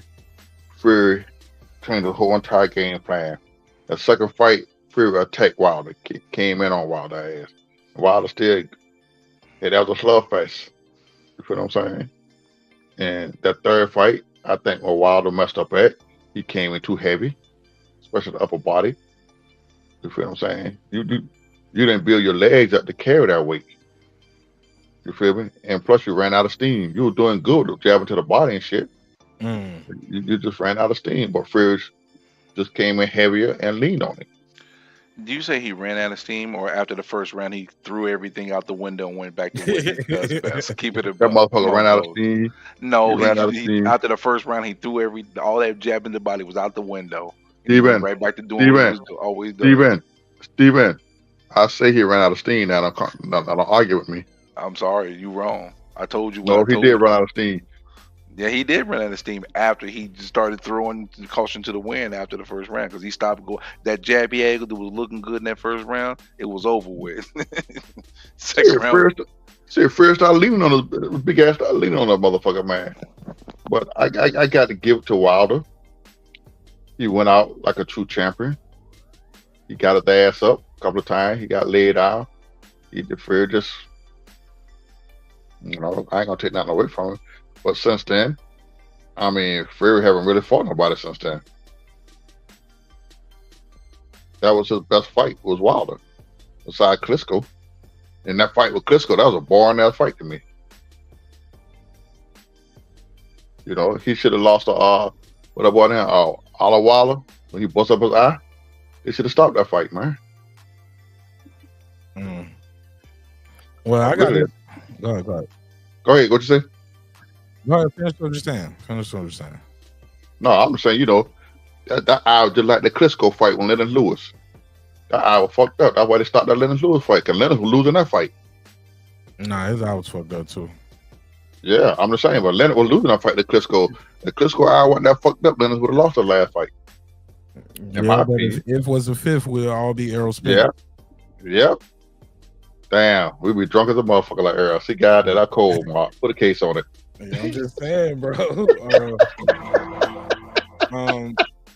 If it was the fifth, we'll all be Spence. I want to play this video, man. Y'all seen this video going around? Adrian Broner causing chaos in the McDonald's. No. Bram, you seen this video? Bram at work. He must have muted himself for a minute. Sorry, guys. All right, here we go. You said this is a video going around. Adrian Broner in the McDonald's about to fight and shit. Y'all seen this video? Yeah, nah. Bram, you seen it? Nah, this shit just came out. It came out today. Well, yesterday. Go ahead. All right, let's play it. Let me play it. Hey, my boy, who cooked this, my boy? Because I'm about to take my shit right here, my boy. So what happened? I got to take it right here to make sure ain't nothing wrong with my shit on. You need a shirt to be. Hey, man, relax, my brother. You relax. Man, which one of y'all did that, bro? Come holler at him, my boy. Come down, or I'm going to call the cops for you. Man, I ain't worried about no cops. I'll bat him too. Okay. My boy, come holler at me, my nigga. Or I'll come grab you up back there, my boy. And at that point, that's a threat. And then you just threatened somebody on camera. Sir, can you come down the way? Nah, hell no, we gotta record this. Cause this is crazy. She calling the police. That nigga just dumb. I bet not. Hey, who was I talking to? The guy up front. Huh? For real, man. Don't be spending my shit, man. What the hell is going on with Adrian Broner, man? That nigga high, man. Adrian on that shit, dog. He on that fitting all that crack. And tell me he gonna make 140. Nigga, that nigga like he about 200, didn't it? Yeah, he a big ass nigga right now. He don't blew back up in weight. What you think of him? You think this is like a little prank? He's trying to be funny. What the I'm hell is thinking going on with Adrian Broner, man? Andy do stuff just to get attention. You know, nobody have been talking about him, so he got to do something to keep himself relevant, keep himself in the goddamn spotlight. I mean, come on, be for real, man. Adrian just too dumb. A motherfucker like that, I hate to say it, but you can't give him no money. He don't know how to act. You make a little money, he gets stupid as a fuck. You know, come on, man. You supposed to be goddamn in training before we get ready to come out to fight and shit. You're not even in the gym. You're not even dedicated. You're not focused. That was a goddamn Don King just waste money on this motherfucker, man. He gave him he gave him a chance though. Don King did give him another chance. Yeah, Don King give him a chance. I think that's one of that shit with the BLK prior.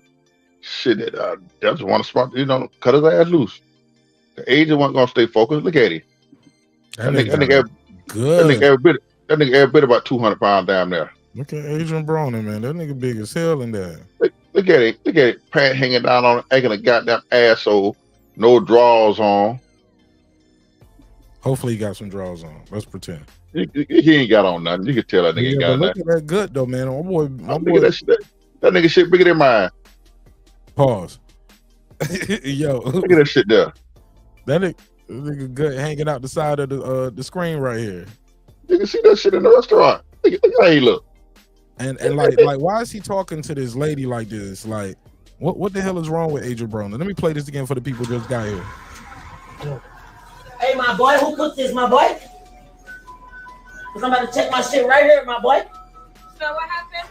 I gotta check it right here to make sure ain't nothing wrong with my shit on. You need a shirt to be. Hey, man, relax, my brother. You relax. Man, Now that's a woman calling her my brother. which one of y'all did that, bro? Come on, at him, my boy. Come down, or I'm gonna Hey, Ma, he was talking to a dude too, you know. No, that's a lady right there. He's talking to the lady. He looked right at Right, but he kept saying my brother, the dude that fixes food. The dude said something. Right. But I'm talking about right now. He's talking to that. Oh, woman. okay. Brother. Yeah, he's talking to her right now. Okay. My shit on. You need a shirt to be. Hey, man, relax, my brother. He's talking to that lady. Man, which one of y'all did that, bro? Come on, at him, my boy. Did what? Anybody did nothing to the Man, I ain't worried food? about no cops. I'll buy him too. My boy, come holler at me, my nigga. I'll come grab you up back there, my boy. Man, that dude probably want to come out and beat his ass. Hold on. Let me play this. I'm trying to play it for the people who just got here, Golden. Okay. I'm gonna just play it one time, so I ain't got to keep going through it. Hold on 1 second. Check my shit right here, my boy. So what happened? I gotta check it right here to make sure ain't nothing wrong with my shit on. You need a shirt to be. Hey, man, relax, my brother. You relax. Man, which one of y'all did that, bro? Come on, at him, my boy. Come down, or I'm gonna call the cops for you. Man, I ain't worried about no cops. I'll buy him too. My boy, come holler at me, my nigga. I'll come grab you up back there, my boy. Sir, can you come down away? Nah, hell no, we gotta record this. Cause this is crazy. She calling the police. And now she leaving. She don't call the police. Now he grabbing his shit trying to leave now. For real, boy, y'all bet not. Hey, boy, hey, who was I talking to? The guy up front. Huh? For real, man, don't be spending my shit, man. Adrian Broner, ladies and gentlemen. Adrian, the problem Broner. Irvin Mack, what up? Go ahead, Golden. I was just trying to get that out. He just dumb talk about spending his food. Like I said, Adrian just want attention. I mean, man. Ain't about spending that man food. That nigga just sit up there. Adrian just paranoid. You know, like that scene, you know, like everybody felt sorry for him the time he was in the elevator in the wheelchair. I didn't feel sorry for him. I'm thinking that shit, you know, he just want attention. You know, he's an attention seeker. You feel what I'm saying? Man, you don't have so many chances, man. You know, it just fucked up. He just on some bullshit. You going to McDonald's like that, no shirt on and all the shit you talking like that. Man, come on, man. Nigga, you don't throw your hand, you don't even throw your hand like you used to no more. Nigga come up behind the counter and beat your ass. Bram, what do you think of Adrian Broner wilding out in the McDonald's? What's your take? Boss fan Brent Reaper. That nigga on break. You know he at work. Okay. Or his mic is muted. He may not know his mic is Yeah. muted. But let me see what they said in the chat. Irvin Mack said AB's bugging. Pittsburgh T said certain drugs can make you paranoid. Stone Tangerine, what up? He said, I thought that was an internet prankster. Man, that's Adrian Broner wilding out in the McDonald's. Like that said, they spit in that man food. Man, ain't nobody fucking with that dude food. Anybody messing with this food? That nigga just crazy, man. How in the hell you know somebody spinning your damn food? You in the drive-through window. No. Hold on. I don't know if that. It looks like he left after that, and that looked like that might have been the second clip. And he went back through the drive-through because you can't be in there without a shirt, so he probably went back through the drive-through. And that other video, the second video wasn't the first video. It was he walked in, then that happened. But hey, look, if you think somebody's spitting your food, you probably should be going to another restaurant. Thank you. I wouldn't even be at a restaurant where I think somebody's spitting my food. Let me get my bread back. I'm out of here. I'll see you on the next one. I don't want to eat here. Not only that, Mark, if somebody's spitting your food, why the hell you took the food out of the restaurant? Got back in the car with the food. Come on, fam. Look at it now. No. I don't know. I don't know what happened. Like as you saw, the video's edited. Maybe he went out. Right. She said she calling the police because that's when he grabbed the bag and left. And then you see him in the car and went through the drive-through, and then you just give him back the food and tell him to give you something else. But you're right. I just get my money back. Yeah, I'll tell them to get my money back. I don't want this shit somebody spending my motherfucking food. First of all, I would have called the cops. Hey man, cause that's a lawsuit right there. And much money that nigga need. He still right here flogging. Like he got all that goddamn money. Nigga, you broke. Nigga, you so tough. But why the hell you ran? They said you can call the police. Take your ass there. But look, this is I want to believe it's a prank, but let's say even if it was a prank, you can't make threats to people, man. You're a pro boxer, bro. You're a pro boxer in there talking about you gonna come behind the counter and snatch somebody up. That's a terroristic threat. Adrian Broner got enough mug shots for a whole fucking calendar. All right. Thank you. He don't need to be nowhere threatening nobody. Pro boxer Adrian Broner probably on some kind of paperwork somewhere in some state. He always in some trouble, bro. Yeah. That's a bad look for AB, man. Only way I say that shit, it could be staged for him to say that shit. I come stench you up and shit. That's why they didn't make nothing out of it. Man, you can look at man. Come on, man. Well, we don't know what's gonna be made out of it. This shit just happened yesterday. That's true. It just happened today. So we don't know what's gonna happen yet. I just Adrian Broner got to stay out of trouble, bro. This is listen. We gonna be behind balls in a minute. He gonna be doing some hard time. I hope he need a deep intervention, bro. A deep one. Intervention ain't gonna help that nigga. That nigga need Jesus. But look, intervention for Jesus. Hold on. Go ahead, Brent. Let me get Brim's take on it, and then he's back. What's your take on that Adrian Broner McDonald's video I just played? Sad. Damn shame. Go ahead. Go for it. It's a damn shame. It's just a damn shame, bro. That's all I can say. It's a damn shame. He needs some help. But you gotta help yourself, man. He's shooting bad out here, man. That's all I can say about that, man. There's really not too much to add to that other than shake my head. Hopefully he's able to live the back part of his life successfully, peacefully, and not the direction that he's going now. Because it doesn't look good. It's a shame. Yeah, it's not sad, man. It's pathetic. I keep it a buck. It's pathetic, man. I mean, come on, man. You gotta look at. He been quiet for a minute. Since the Bud fight, he ain't had shit to say. The Bud beat the shot of Errol. He walk around days as a fuck. Man, come on, man. You lost all your money. You put your money. How you gonna buy somebody? You lost all your money. You bet on Spence. That's why you really want to jump on Spence ass after the fight. Why you say that? Huh? Shit, they bet all that money earlier. Errol got a shit bit his ass like he did. Oh, you talking about Yellow Beezy? No, Broner. Oh. You remember how Broner looked at it and we were trying to talk to Broner after that fight?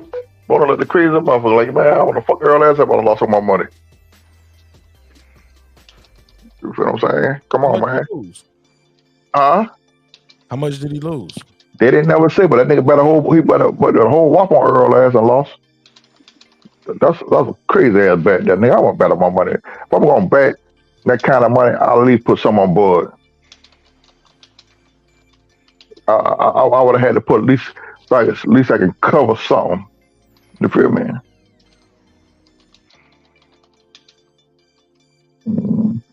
Yeah, that nigga lost all I got that money. I tell you, one motherfucker who was happy smiling went to the bank and he kept that shit quiet. Flawed ass. Why you say that? Shit. You think Florida bet that money on board beating Errol ass? I'm saying I don't know. Why you say that? I got to. I look at the way.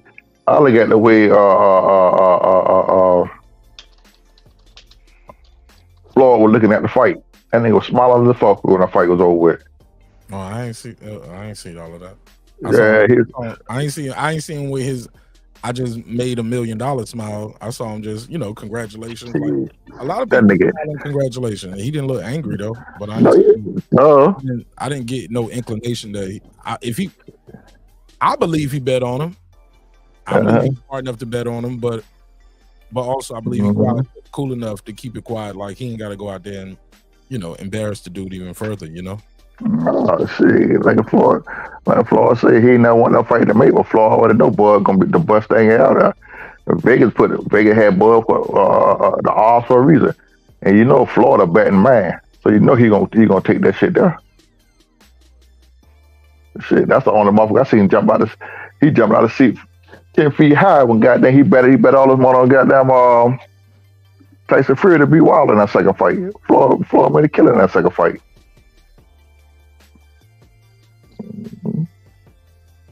That shit was wild, man. But AB just needs help, man. I think his career is done. He ain't fighting no more. Even if he did, he ain't fighting nobody of no upper echelons. He ain't taking care of his body enough to even be to compete on that level anymore. Hell nah. Yeah. Shit. Wait. How many months ago he fought? Who? 3 months ago. 3 months ago. He fought the lawyer. Yeah. Fighter. And then he can't knock him out. Get the fuck out of here. AB had an opportunity to be the next Floyd Mayweather, man. Be the next best thing got there. If he was disciplined, even after he lost, he still could have got it back if he was disciplined. I think that fight took something out of him, though. That fight took a lot out of AB, boy. I think his lifestyle took a whole lot more than that fight. Hell yeah. Shit. That man fought AB up, the nigga, and they became gun shy. He wouldn't throw his hands. He wouldn't do nothing. But the saying a fool when his money will depart. Right. Yeah. Yeah. That nigga's a damn fool. Like I said, some I hate to call it that, but let's keep it a buck. Some folk just don't need no money. We can table it there, gentlemen. We can table it there. Cause Golden, you sound like you laying down in the bed, man. Man, I'm just chilling, dog. I'm relaxing, bro. Talking to y'all brothers, man. Yeah, I ain't sleeping now. Yeah, man. Nah, I'm sitting back out. Yeah, I'm sitting up. I'm sitting up in the bed, man, to talk to my brothers, man. Nope, we ain't talking you to sleep, nigga. Nope, this ain't bed. I say I'm not. Hold on, Mark. Didn't I say I have? Early. He's I not took a nap earlier. I took a nap earlier. I don't woke now. Then I ate some pizza and drunk me a soda. So the caffeine got me. You got the itis now. That nigga don't about to have them Bill Cosby dreams with the monsters chasing him and shit. But I got to slide, man. Y'all got any final thoughts before I let y'all go? Yeah, man. Go ahead, Steven. Hey, thank you for having us on as always. Thanks for popping up and keeping the movement of boxing going, bro. Salute to you. Thank you for your time. And you make my night go smooth. So shout out to Golden and everybody else that pulled up Haplo and everybody that called in. Have a I might night. have to make that a clip, Jerry versus Haplo. We might have to let them duel it out. Yeah, man. I heard that shit. I was laughing off that shit. Them two motherfuckers crazy, man. Yeah. All right. Hey man, I don't woke up, thought I gonna be on a show all night long with you, and you gone. God damn! When I want to stay up, your ass want to get off the line. Go ahead I've on. been here 3 hours, man. You better get here early. Yeah, man. I had a rough week and shit. Damn, man. You know, I had my nephew got killed a couple of weeks ago. We just buried him, so he was in a car accident. Yeah, he was in a car accident, man. Him and his homeboy, they were going down to Statesboro, Georgia. My man had just brought the car. And a damn tire flew off the car, man. Flipped over my nephew and out the car, man. So, you know. Hello, the car he just got, the tire fell off? Yeah, his homeboy had bought a new car. And they going down the street road. They weren't doing them about 75 miles an hour, you know, the speed limit. And a tire flew off the car. Fuck. Damn. Man, that makes so bad. My nephew was in the back seat. Everybody died. It wasn't 3 of them in the car. The 2 of the guy in the front passenger side, he died. But the driver walked away without a scratch on him, man. He wasn't that hurt, you know. He had a seatbelt on, probably. But you know, I don't know. Man. I like, man. My nephew he wasn't number 19. Just graduated from high school, man. Good promise and career, you know. I'm sorry to hear that. I'm sorry to hear that, man. That's a damn yeah. That's my baby sister, oldest grandson, and my nephew just died. We just buried him 2 years ago, and a year later, her grandson died. So you know, matter of fact, today make my nephew's birthday. Today, the one, you know. So you know, my sister taking it kind of hard right now. I'm sorry to hear that, man. And they'll need to go after the automakers too. Please do. That shouldn't happen. You know. Yeah, I don't know what they got planned to do, but they won't let me go after them. But you know, it's all good. You know, like I tell them, everything happens for a reason. You know, we have to be mindful of what we do and how we handle things. You know. Mark, I'm gonna let you go ahead on, my brother, man, and God bless you, man, and I catch you on the rebound, my brother. All right, man. You be safe, bro. Okay, you too, man. Blessings go. Yeah, peace. All right. Damn. Sorry to hear that, man. Man, that's unfortunate as hell, man. That's good grief. All right. Go ahead, bro. Final thoughts, bro. It just reminded me of my best friend's little brother. That's how he passed away too. Man, damn. Man, I appreciate you, man. You have a blessed night. You too, I ain't bro. gonna front, that made me sad as hell, bro. Right. I gotta do some goofy shit up here now to change the mood before we go. Can't leave niggas like that. Damn. And you might have to, bro, because I ain't gonna front, that hit me a little bit, man. Nah, what hit you was me smoking you in that debate again today. You 0 for 2, nigga. No, I'm 0. What you talking about? I'm 0 for 10. I'm 0 for 10. What you talking about? I'm trying to get I'm trying to get my glass Joe on. Yeah, get my 0 for 10. 10. I'm trying to get the backwards Mayweather, the 0 for 0 and 50. Yeah, man, you got to get your debate skills up, Stephen Brimley. Hey, I don't always debate to win. I debate for understanding. Right, you debate just to argue. You was like, why you bringing it up? I was like, because you brought it up. I don't debate just to argue, because if I feel like I don't have no point, I bow out, bro. So if that was the case, I'd continue going. Nah, I try to debate for understanding. That's maybe why I don't win, quote unquote, because I'm not looking to win. I think I'm right on that point. Between Jerry and Haplo, who you get that? Who won that one tonight? I'm giving that to Jerry because Haplo was not listening, and he was making comments based off of something that Jerry never even said. Which was what? About who you gonna pick? Don't be straddling the fence. Who you gonna pick? When from the very jump he said, I think Canelo's gonna win, and then Jerry made some points that were sensible, and Hap was coming at him like he wasn't being sensible. He ain't no shit, and that was just because he picked Spence over Bud. So just because he Spence over Bud, everything he said didn't mean shit. And that's what happened. He went at him early on that. So you don't know shit about boxing because you pick Errol Spence. No, because I mean, if that's the case, then I don't know shit. I don't know shit about boxing because I thought Tony Harrison would win against Tim Tszyu, even though my confidence level was low as shit. But so you think lost because you think he was saying because if you get a pick wrong, you don't know shit. Yeah, that's not valid. Or a pick like this. You got that pick wrong. Out of all the fights. Yeah, just one pick. Like you pick one fight wrong. If you think another fighter has a chance, but you don't think he's gonna win, you don't have a right. Like he's an idiot for pointing out the details of what can make Charlo win and the things that would have Canelo winning. There's nothing wrong with that. I mean, you can disagree to think that Charlo has no chance, but to say he's an idiot for it, nah, he's not an idiot for it. You have you can see both sides of the coin. I can see the side of the coin where people think Charlo doesn't have any chance, and there's some reasons behind that. But there's reasons to believe that he does have a chance, even though it's not a greater chance than Canelo's, and we acknowledge that. So I don't think he acknowledged that from the jump that Jerry was stating that, and his argument was based off of something that Jerry didn't even state. And that's why I would give it to Jerry. All right. Well, I'm going to chop that up into a clip, man. Yeah, you should, because it was kind of funny. I was laughing. All right. I had to mute myself like 3 times. Man, me too. Hey, look, and the crazy thing, Hat was like, he was like, man, I want to jump in, but I'm being nice. I was like, man, go ahead. I didn't know it was going to get like that. Like, I kind of felt bad then.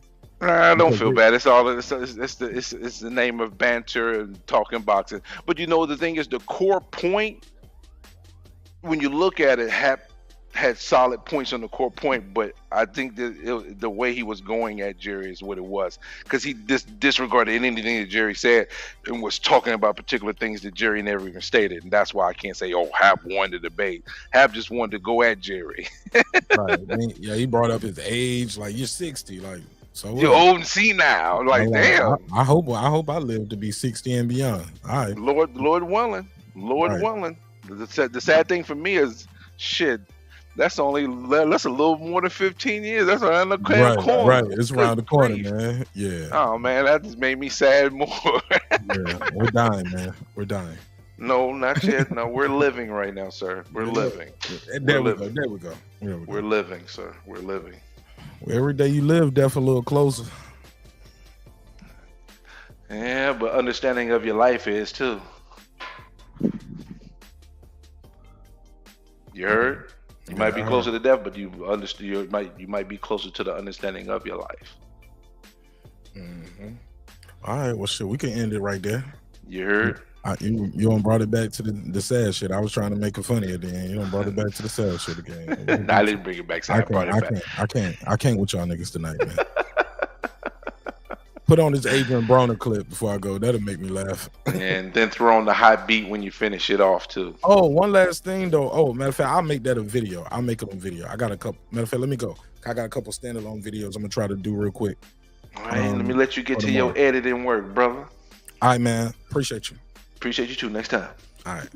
Hey, man, it's been another great episode of Breaking Beats, where we break down business, entertainment, art, technology, sports, and anything else you and I feel like talking about. It's a hip-hop political sports show with a comedy twist. We like to let the jokes fly. You know why? Life is serious enough, man. I appreciate your time. I appreciate your energy. I'm going to do a quick neighbors-only roll call, because without the neighbors, the show wouldn't be the show at this level.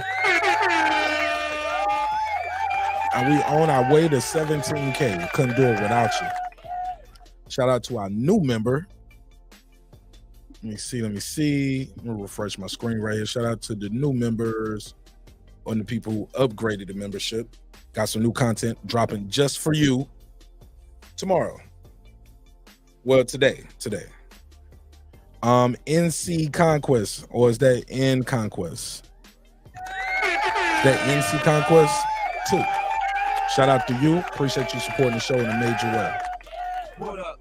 I am Cam Edwards. What up? Deuce. What up? Is that Stephen Brimley? Unbiased fan Brent Reaper. What up, gangsta? Killed it tonight on the panel. Appreciate you, bro. Really enjoyed your conversation. Really enjoyed your energy. And I cooked you again in a debate. You 0 for 50. What up? Mike James 616. What up? Johnny Goodman, what's up, man? What up? Stone Tangerine, he stay mean. What up? Big Hova, I thought I told you. What up? Megazar, What up? as Ace Retro, What up? Ill Status Boxing, What up? Patricia Shelton, What that up? guy Clips 330, What up? Stephen Bateman, What I up? Know Boxing, What up? Ricardo Johnson, What up? Juan Davila, What up? AJ, What up? Electro Jed, What up? Ty, What up? Ty DeSantis, What up? Miguel Ramos, What up? on the mic with Terrence Bailey Sr., What up? the XO Factory, What up? Dove Right Side, What up? Golden, What up? And sorry for your loss, Mr. Golden. What up, gangsta? Raheem the Dream Soto. What up? LD, aka Like That. What up? Girl Behind the Mic Memory. What up? John Nori came to tell his story. What up? Major Key Boxing. What up? Cooking with the Champ, Champion Heart. What up? On the Floor with Shelton Moore. What up? SLG. What up? Sam F. What up? Kendall. What up? D-Lo 404 Boxing. What up? Karma Serene with the Serene Saturdays. What up? Nick Ridge. What up? Aaron Parker. What up? Taylor Bell. What up? Transcendent Sports Channel. What up? Fistiana Fights. What up? Jacob Sims. What up? Haplo. What up? DJ MFB. What up? Miss Queen Sunkiss. What up? Beyond the Ring with Nonito and Rachel Donaire. What up? True Media Today USA Boxing. What up? Pudo. What up? Food Revolution, AK Foodie with the Beauty. What up? KP from KC5. What up? Matt Wade. What up? Beyond Above Media. What up? Pittsburgh T. What up? SF City Slicker. What up? Rider of the Storm. What up? Here to There. What up? Maddie Yoel. What up? Cliff Bailey. What Con up? Shawnery. What up? Lisa Bell, She Never Fails. What up, gangsta? HLD. What up? Cooking with Sir Senior. What up? D Bevel the Champ. What And of up? course the big fish himself, my good brother Derek Lincoln. What up? What up, gangsta? All right, man. Love y'all. Hope you love yourself. If not, guess what? God loves you. So does Martin Nash in the neighborhood. Hey, is that N Conquest or is it NC Conquest? How do I say it right? NC. Is it NC Conquest, like North Carolina? Or is it North? Or is that NC On Quest? Is it NC On Quest? Or is it North Conquest, like in Conquest, like North Conquest? Is it NC Conquest? How do I say that? Let me know. Let me know. Somebody said Irvin Mack. He said, your shout outs is so fly, Martin. I appreciate you, man. Sign up, man. I can add you right in the mix. Irvin Mack, where you at? So I appreciate your time, your energy. Hey, look, man, sometimes we're going to agree, sometimes we're going to disagree, but one thing's for certain, two things for sure. Never forget, dreams require sleep. Goals require effort. Go out there and get your goals, man. I got a busy day tomorrow, but I will find time to drop some content for you all. Hopefully you guys would tap in, drop a comment, let me know you saw the content, let me know what you think. I always like to pose call and response parts of the video to want to know what you all think. So it's always a call to action in the video. So let me know what you think of the content. With that said, is that it? In Conquest. All right, cool. Got you. Thank you, bro. All right, so with that said, man, hey, look, man, respect is free. Disrespect gonna cost you everything, your family, your freedom, your finances, most importantly, your life. So let's show each other love. Let's show each other respect.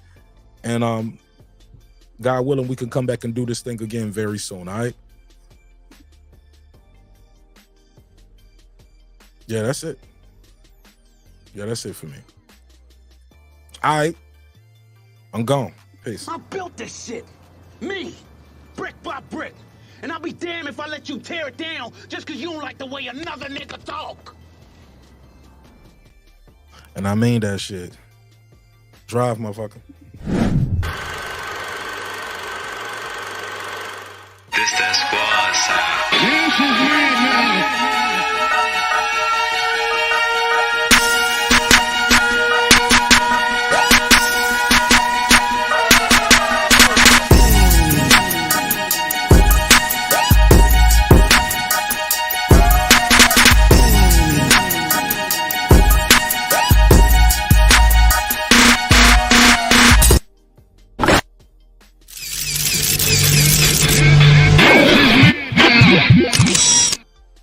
And I'm a little late on this, but better late than never. Shout out to Tony for the Cash App. Appreciate you, man, for supporting the show in a major way. AJ, I really appreciate you. Shout out to Ramco. Thank you so much for the support. And who's this last one? George. Thank you, George. Appreciate you guys for supporting the show in a major way. I really appreciate you. Good night, ladies and gentlemen. See you on the next one. Subscribe. I don't care how many subscribers he has. Support him. So he made all this possible. He made this possible. Nah, Dr. Mark, God made this possible. So did viewers like you. Peace.